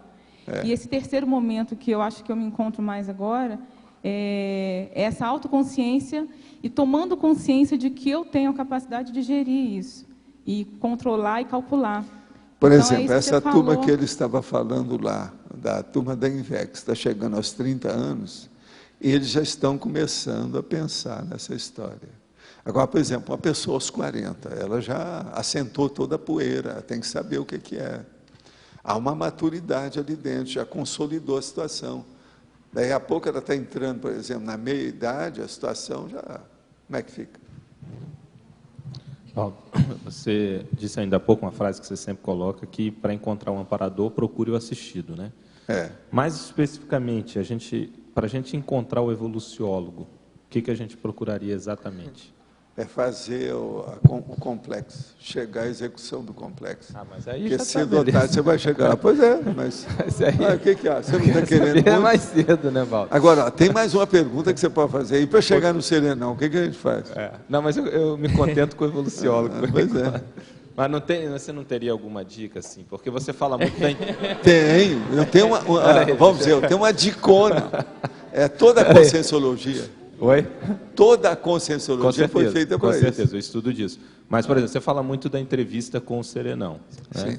Uma das metas, até em função da gente na pesquisa sobre PROEX, seria um encontro para valer com um evoluciólogo mesmo, até inicialmente, né, para entender. Eu acho que a coisa mais séria seria abrir o jogo com um amparador de função da pessoa. Por exemplo, hoje, uma das coisas mais comuns que tem esse relacionamento, esse contato com SIM, com CIEX, é entre o tenepsista ou atenepsista e o amparador de função da tenepse. É com esse que a gente tem que entrar. Eu já dei as dicas. Através do manual da tenepse, a gente fala nisso tudo lá. Procure ouvir o seu amparador, vê a situação, entre em contato com ele. Ele está à mão para você. Ninguém pode reclamar disso, porque isso aí já está sendo fornecido. Eles já estão promovendo, já estão dando para você essa realidade. É um amparador de função da tenepse. Teve uma segunda-feira que o senhor fez arco voltaico com uma moça, e daí mexeu com o laringo chakra dela, e daí você comentou que era alguma coisa do porão dela. Da minha dúvida é o seguinte, qual que é a relação do laringo chakra com o porão, ou era no caso dela específico? Ou tem Não, o processo de porão é o seguinte, uma moça, às vezes, no passado dela, eu não estou falando nesse caso aí não, estou falando em tese. No passado dela, ela podia ser verborrágica, falava sem parar, telefonista. Você está entendendo? Aquilo pode acusar hoje alguma coisa na questão do laringo chakra. Então, e vem os assediadores ou qualquer coisa e pega naquilo que é o locus minor, resistência dela. Entende? Que é aquele mais frágil, onde pode ser acessada com mais facilidade para dominá-la. Então não é que tem uma relação, era mais no caso da moça que passou ali mesmo. Pois é, não, aí tem que ver aquele caso especial dela, teria que perguntar para ela, saber por quê, de que modo, o que é. Por exemplo, às vezes ela esteve discutindo com alguém 3 dias antes e o negócio está lá, encalacrado com a situação. O bocal, o verbal, o oral. Porque eu digo assim, o umbilico chakra ele tem uma relação grande. O quê?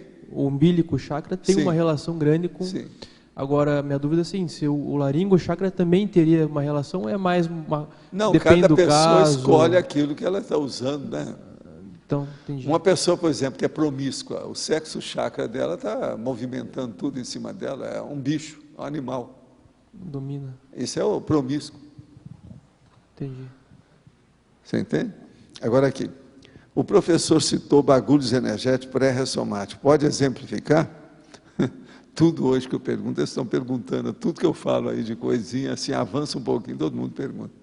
O caso é o seguinte, os bagulhos energéticos, por exemplo, nós temos aqui uma porção de pessoas. Um dos bagulhos que a gente tem procurado combater de tudo quanto é jeito, eu cheguei a fazer um livro pensando nisso, para ajudar com os réus, é o processo do pacifismo, devido ao problema do belicismo. Então, é muita gente que era bélica.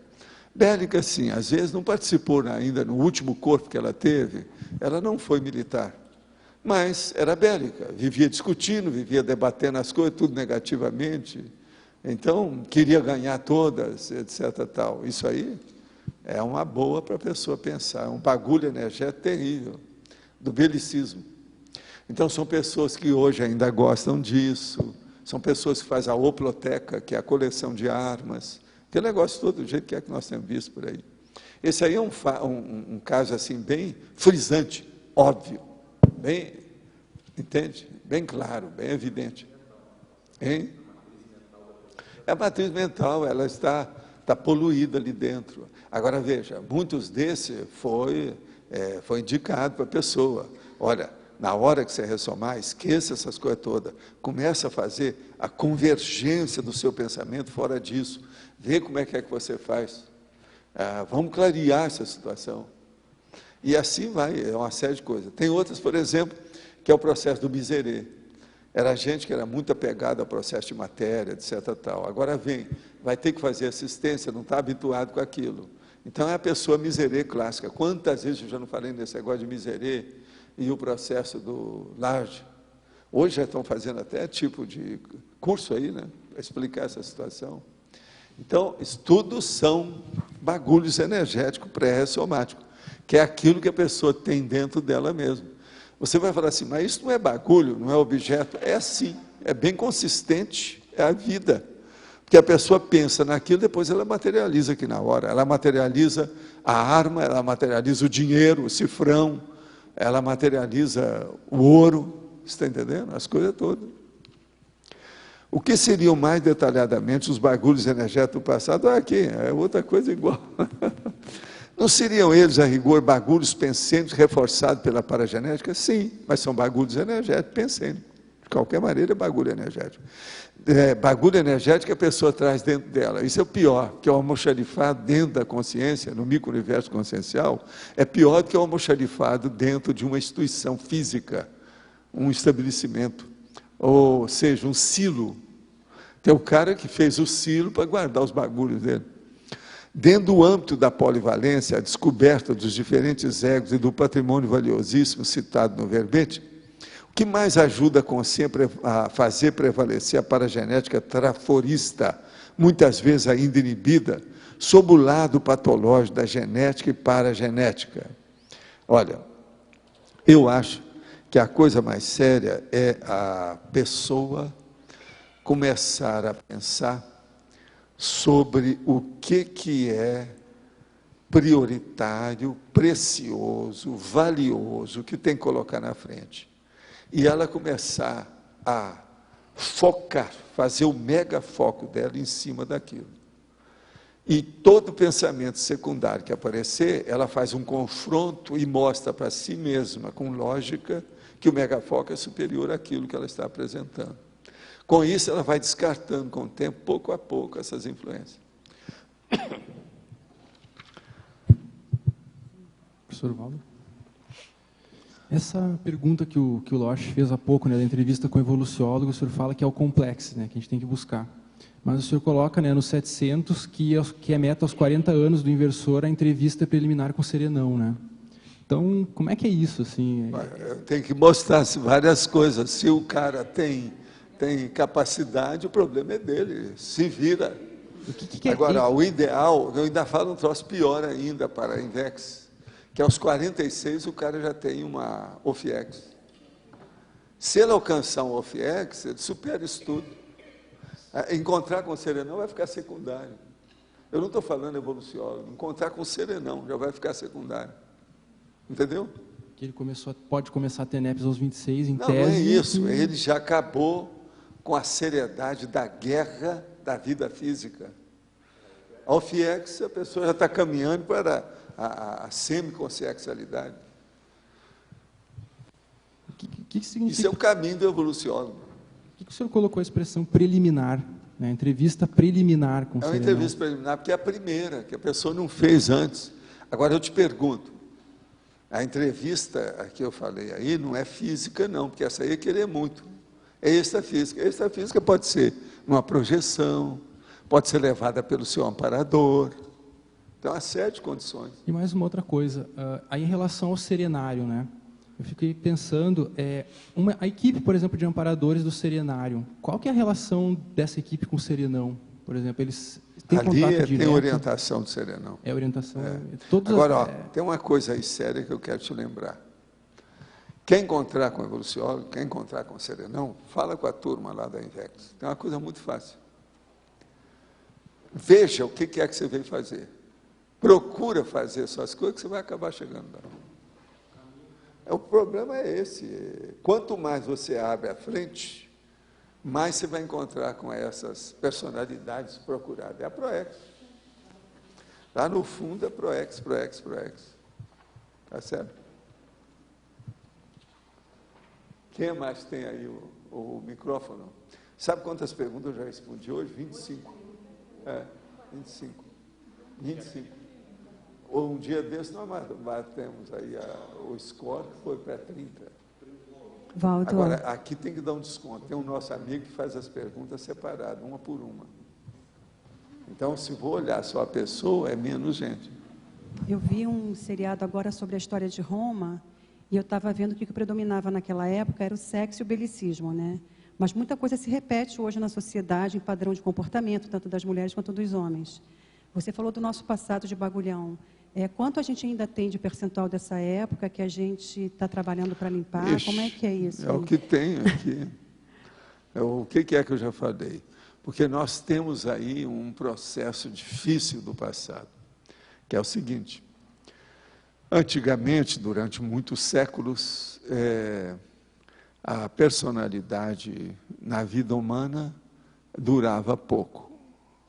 E outra coisa, durante muito tempo houve o feudalismo, o processo da Igreja Católica dominando a situação, e depois monarquia com essa situação toda.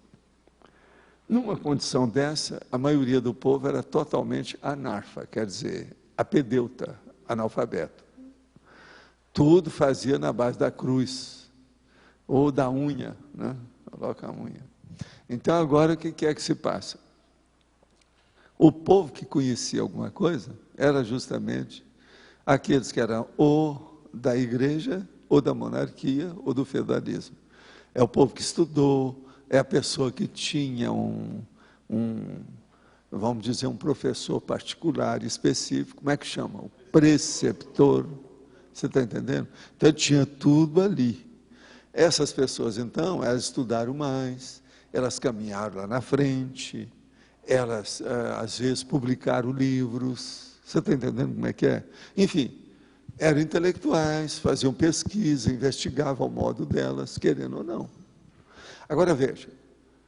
Então, do passado nosso, a maioria das pessoas que vão ter cabeça para entrar no curso intermissivo é desse grupo. Então, o que tem aqui de gente de feudalismo e de monarquia, muita paciência e caldo de galinha para aguentar esse povo. Você está entendendo? Por que é que eu falo tanto aqui nas coisas? É o processo da liderança. Agora, veja, a gente nota isso através do requinte, através da ostentação, através do suntuário, a suntuosidade. A gente tem que acabar com isso. Agora, eu vi isso muito cedo, comecei a tirar isso tudo. A hora que eu uso tudo branco, eu estou acabando com isso. O povo, então, vira para mim, porque a turma, quem sempre falou isso para mim, é todo o povo da monarquia. Não, mas você faz isso, você criou um tipo para parecer mais. É o contrário. Se eu estou usando um negócio branco, não tem cor nenhuma. Eu, por exemplo, eu poderia vir com os... Eu ia lá em Hong Kong, vamos pegar aqueles negócios que eu tinha que aparecer na televisão, quando eu tinha que fazer o negócio. Vamos com aquele externo feito até com metal. Aquilo chama atenção na hora, até na televisão, de todo lado. Eu ia chamar muito mais atenção. Eu não estou chamando atenção. Eu fixei um tipo para uma pessoa me ver e guardar. Eu não vou mudar muito. Então a pessoa não vai esquecer mais aquilo. Com isso, eu posso fazer mais assistência. A pessoa me fixou perante o amparador, porque ela não está vendo o amparador, nem o dela, nem o meu. Se ela me fixar, nós temos um jeito de assisti-la melhor. Então isso, lá no fundo, eu estou visando assistência. O povo não entende isso. E eu estou pouco ligando, mas se entende ou não interessa. Agora, Valdo, para a gente limpar isso tudo aí, é o que a gente está fazendo, né? Muita conscienciometria, assistência, TENEPS, não tem. Mas agora, você veja os processos. A maioria, por exemplo, dos mini-dissidentes que tem acontecido conosco, todos são da monarquia. Todos. Todos esses que apontaram assim, que apareceram mais, tudo é da monarquia. Agora, a pessoa quer fazer média com os outros para ela aparecer mais, é uma ânsia do problema da fama, da celebridade, de marcar o processo, de aparecer, os 15 minutos de fama. É um negócio seríssimo isso aí. Existe disso. E outra coisa também, quando a pessoa ela não é bem assistida nesse processo, ela tem uma tendência para caminhar para distimia. Tem muita gente ainda assim. Pode falar. Valdo, eu estava lendo ontem a entrevista sua na Sem Fronteiras, lá com o Jackson. Você fala do processo do Emmanuel, e ele orientando vocês, o Chico e você, até mais ou menos 1931. Né? Na verdade, não foi ele que me orientou, eu passei o Chico para ele. Poderia falar um pouco mais sobre? Nós somos muito amigos, mas é da minha área, que eu tinha processo antigo com ele, mas de muito tempo. Mas ele teve mais processo com o Chico. Está entendendo como é que é? Agora, o Chico, desde antes de me conhecer, ele já tinha falado isso. Até 1931, tinha uma personalidade que me ajudava, um espírito desencarnado que me ajudava, que era um guia. Depois ele me passou para Emmanuel. E isso foi logo, e ele fala direitinho, foi em 1931. Foi quando eu falei assim, eu agora não posso cuidar mais, agora você toma conta dele aí, vê o que você faz. Nós queríamos cuidar de vida do processo do passado, que a gente deve favor ao Chico. A consciência Chico Xavier, você está entendendo? O Emmanuel deve, eu devo. O problema todo é esse, são favores seculares. Aonde esse Emmanuel entra na história do maximecanismo? Ele é da época de Jesus Cristo, e o Chico até hoje é apaixonado por Jesus Cristo. Lembra? Ele tinha lá o processo da pintura de J. Cristo, e ele fazia assim, toda vez que ia sair, toda vez que chegava na parede. Mas quais os saldos desse Emmanuel? Pra gente, os saldos, os créditos evolutivos que ele tem, para a gente poder ver os trafores. Não, o problema todo é por causa da igreja. Tanto o Emmanuel quanto ele são envolvidos com a igreja. Esse negócio de atirar beijo, isso é de santo da igreja. O Chico sabia que é de santo. Então ele seguia uma opção de coisa de santo. Do jeito que por exemplo, o Chico de Assis seguia as coisas do Cristo. Ele queria ser superior a Jesus Cristo. Está claro. Mas qual o seu rapport com o Emmanuel? O seu? Com o Emmanuel? Não, o meu negócio é antigo, é coisa de muito tempo. Entende? Cada relação. Agora, esse povo todo também, eles estiveram na China. Mas é que o processo da igreja envolveu demais, tanto o Chico quanto ele. Eu não entrei nessa. Eu nunca tive influência da igreja, por exemplo, nessa vida, nunca tive isso. Pelo contrário, eu já nasci no lugar que era o Monte Carmelo, que é o monte onde Jesus Cristo descansou. E outra coisa, lá havia a romaria, que era a água suja, que tinha, em agosto, durante 15 dias, o negócio dos padres. Hoje é chamado de romaria. Eu vi muita sujeira da igreja católica. O meu povo não era muito católico, a minha família, meu pai, minha mãe, nada disso. Foi por isso que depois foi feito o centro espírita. Você está entendendo? Porque era muita sujeira que a gente conhecia do processo da igreja. A igreja lá, por exemplo, jamais acabava. Eles arranjavam dinheiro de tudo quanto era lado, mas não acabava a igreja de modo algum. Para onde ia aquele dinheiro? Uma outra coisa, eles faziam olhos de mercador, ouvidos de mercador e olhos de cego, para não ver nada que acontecia na festa. Então, por linhas travessas, por debaixo do pano, eles ajudavam as prostitutas a ir lá para chamar a atenção, para fazer a festa. Quer dizer, o negócio era terrível. E era a maior festa ali naquela área nossa. E outra coisa, a gente ia à festa, via aquelas coisas, mas não ia na igreja. Você ia à festa, porque a festa lá era igual à Cidade do Leste. Você ia lá para comprar as coisas, porque era tudo mais barato, tinha uma opção de coisa que não havia. Então eles levavam tudo para vender. E havia uma feira enorme, você está entendendo? Em torno da igreja. Enfim, quermesse, você está entendendo? A quermesse durante 15 dias, com os negócios tudo que havia. Agora, eu não tinha nenhuma influência disso. Você veja bem, eu entrei dentro de uma igreja, oficialmente, porque eu entrei antes para examinar as coisas de igreja, fiz uma opção de coisa, para ver o Zé Fogueteiro, aquele povo todo. Mas o processo que eu entrei numa igreja oficialmente, eu fui, quando já era de muita idade, porque um amigo meu morreu, um amigo de um amigo meu morreu, e ele me pediu para ir ao enterro, porque a gente conhecia o homem. E era uma missa de corpo presente. Eu fui lá para participar, junto com meu amigo, tudo isso, para dar força para ele e tal. Porque perder um amigo, aquilo foi um baque terrível.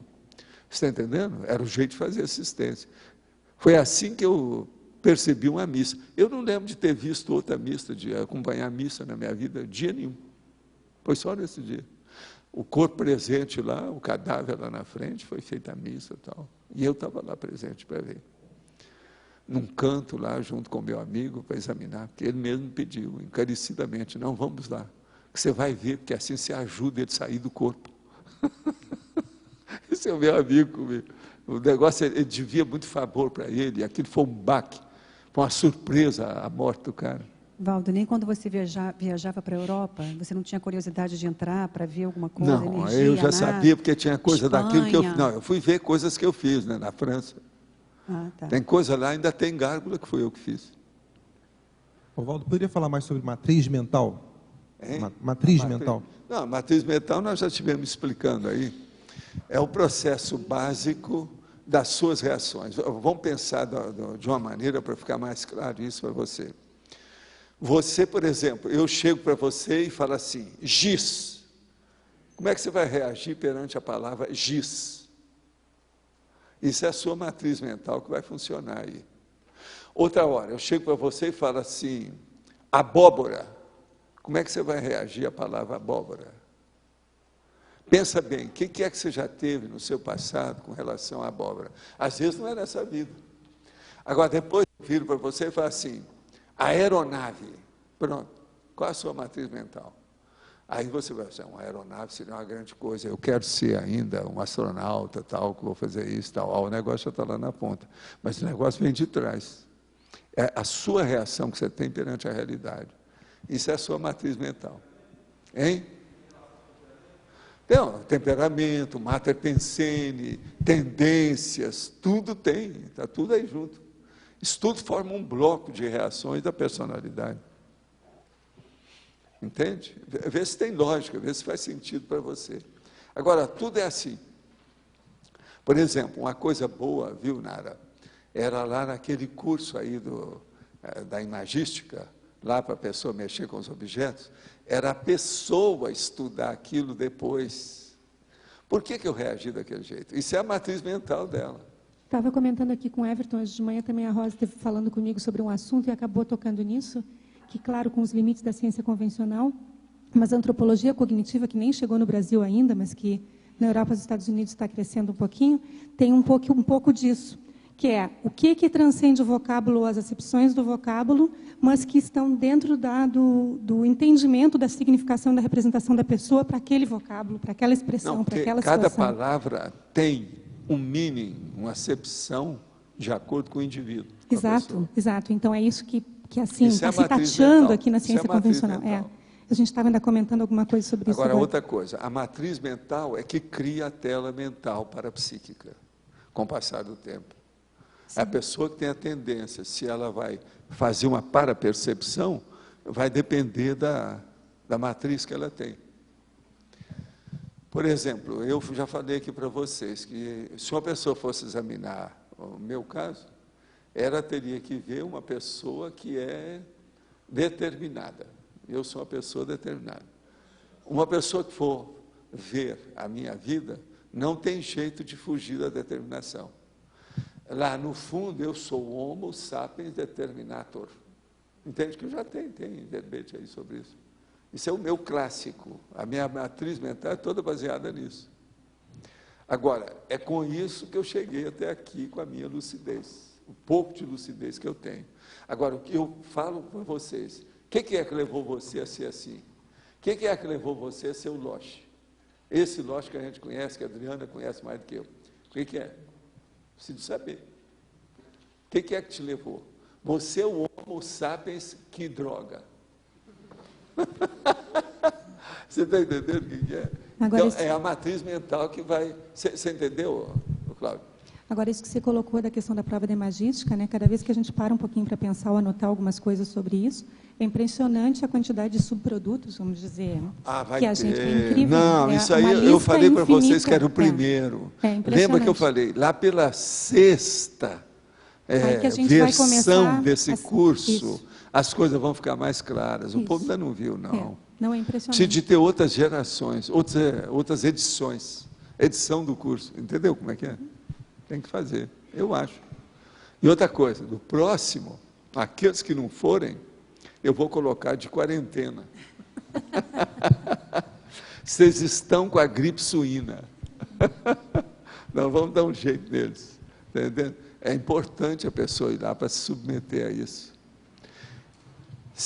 Até agora, por exemplo, uma das coisas que ainda não foram estudadas, quais são os atributos que mais a pessoa precisava para responder aquilo? Então, precisava de pegar, por exemplo, aquela pessoa que conseguiu fazer os 200 e ver quais os atributos que ela usou e falar com ela para colocar no laptop para mostrar para vocês, seria interessante. Porque o problema não é só memória, você sabe, nem imaginação. A coisa não é. A gente já está estudando de que maneira a gente pode, na segunda edição, explorar mais a participação da pessoa. Seria bom, seria bom. Uhum. Agora, eu acho lá pela quinta ou sexta, nós vamos ficar maduros nisso, a gente vai aprender muito. Vai começar a entender do que se trata. Aí vocês vão ver que o australino não é pouca porcaria, né? Ele é sério. De fato, não é mesmo. Sim. Eu vou te fazer um comentário a respeito justamente do negócio da imagística. Eu não fiz a prova, mas um dia de manhã eu estive falando com a Nara a respeito disso, e depois eu sentei e comecei a fazer, pela minha conta, fazer a estrutura. E eu desenvolvi uma estrutura de árvore para fazer. De quê? De árvore. Árvore. Você pegou uma árvore e pôs na sua frente, é isso? Não. O que eu fiz foi o seguinte, pegar o termo e, a partir disso, desenvolver uma estrutura de árvore. Ou seja, no fato de pegar 10 pontos... isso mesmo. Você fez o mapa. É isso mesmo. Isso ou aí, seja, o nome não é você bem tendo... esse, não. O nome precisa de falar com a Rosa. O nome é outro, é algoritmo. O processo é o algoritmo, é mais sério do que qualquer quadro sinótico desse tipo árvore, né? Pois é, o mapa conceitual, mas o ideal é algoritmo. É o grandão, sério. Então, os nossos comerciais, por favor, que está na hora. Obrigado. As pontuações da tertúlia de hoje: 19 votos online, 25 perguntas respondidas online, 25 perguntas presenciais, 63 assinaturas no livro de presença, 8 praticantes da técnica da INVEX, 1 voluntário da Sinvex. Os recados... Escuta, 25 aqui? 25 online e 25 aqui. Então bateu o recorde. É 50. Porque o máximo que tinha alcançado era 47. Agora, um dia desse bateu o recorde de fora, que foi 30. Agora, hoje empatou, 25, 25. Mas a gente tem que dar o desconto aqui desse nosso amigo, que ele fez uma série de perguntas diferentes, né? Isso aí. Mas, de qualquer maneira, é pergunta diferente, né? Tem que levar em consideração. Se é diferente, a gente conta. Então, bateu o recorde. Eu estou só aguardando que essas...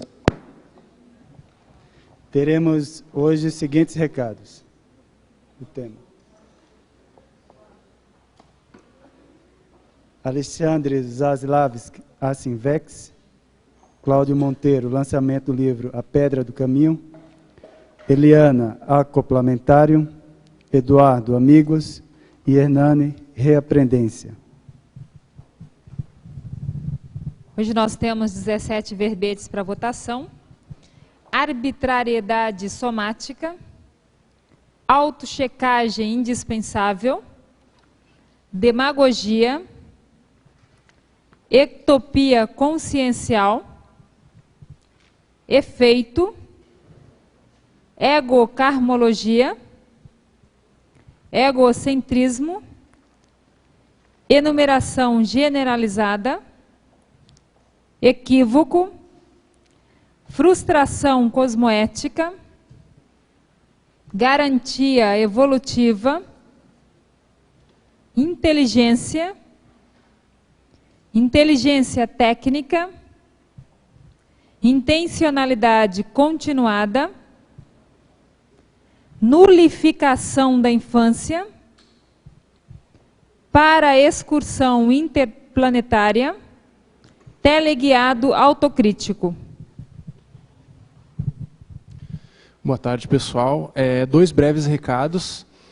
Para aqueles que estão em processo de desenvolvimento do parapsiquismo, né, das suas percepções energéticas e querem testá-las, né, objetivamente, o curso Energometria é uma boa pedida. Tá? Nós estamos realizando no dia 18 e 19 de julho com o professor Mário Oliveira, aqui no Discernimento. Então, maiores informações eventos@asinvex.org. E agora um recado para os teletertulianos do Rio de Janeiro. A Asinvex está realizando o Teoria e Prática da Inversão Existencial, dia 4 e 5 de julho, no final de semana. Então, aquelas pessoas que estão interessadas em conhecer melhor a Invex, né, o que é uma técnica evolutiva, também o processo de criticidade em relação à mesologia, a SOCIM, está aí o curso Teoria e Prática. Informações no telefone 8134 6038, 8734 8102, com a equipe lá do Rio de Janeiro. Tá? Obrigado. Boa tarde, pessoal. Hoje nós vamos ter a professora Maria Tereza Lacerda, autora do livro A Pedra no Caminho, na Associação Cultural Franco-Brasileira, na Rua Quintino Bocaiúva,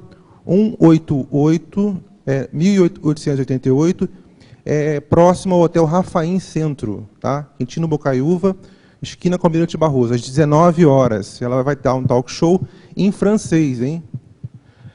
E no domingo, 18h30, na Expo Conscienciologia, a professora vai estar lançando em Foz, oficialmente, o livro. Na Expo Conscienciologia, sala 232, ou primeiro piso, né? Às 18h30. Os 2 eventos vão ser filmados, sendo que domingo vai ser transmitido ao vivo para todo o Brasil. Obrigado. Boa tarde a todos. Estamos aqui retomando, então, a nossa divulgação do Acoplamentárium. Ele vai acontecer nos dias 17, 18 e 19 de julho, mês de férias. Portanto, todas as pessoas, inclusive os teletertulianos de outras cidades que quiserem participar, vamos aproveitar o mês de férias. Lembrando também que, ao virem de outra cidade, é importante viajarem com máscaras, ok? Os EPICONs serão o professor Moacir Gonçalves e o professor Alcir Alves. O tema que estaremos debatendo será sobre a anticonflituosidade.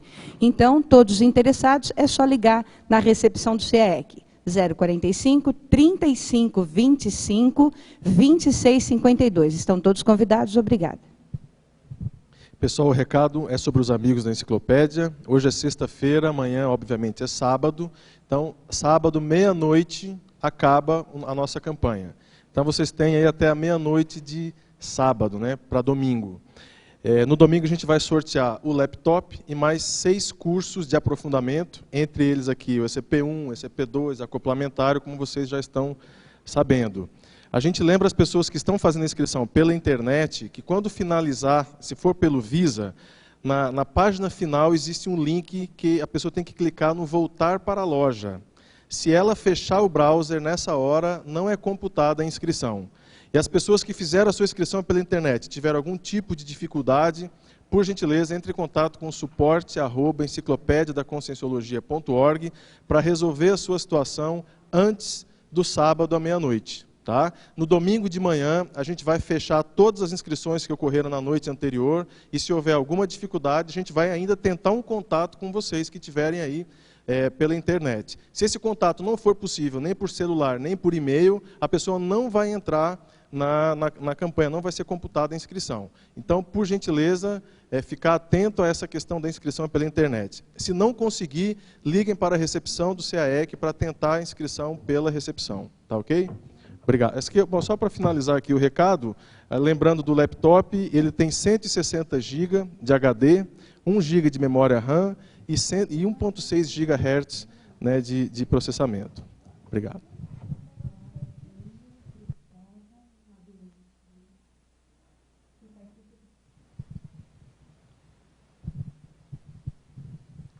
Pessoal, boa tarde. Eu estou aqui em nome da Reaprendência para convidar para mais uma aula aberta de Conscienciologia, que vai acontecer amanhã, sábado, às 15 horas, lá na sala compartilhada.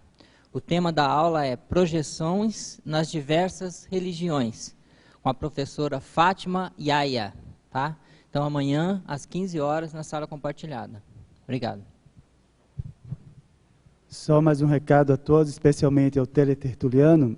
Nós estamos ainda com um problema de download dos arquivos. Os arquivos eles estão sendo gravados, estão sendo mantidos no nosso arquivo geral aqui, porém ainda não está sendo possível disponibilizá-los em virtude de problemas com o servidor.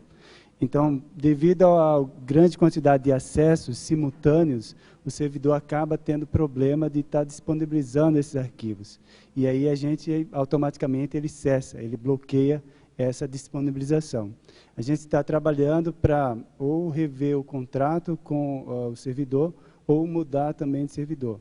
Então, até que a gente consiga um novo acordo, vai ficar ainda indisponível esses arquivos. Então, a gente pede paciência a todos, mas assim que possível, esses arquivos vão ser disponíveis gratuitamente, né, para que todos tenham acesso às tertúlias já realizadas. Ok? Para amanhã, nós teremos o verbete autochecagem indispensável, que venceu com 8 votos. Obrigado, uma boa tarde a todos.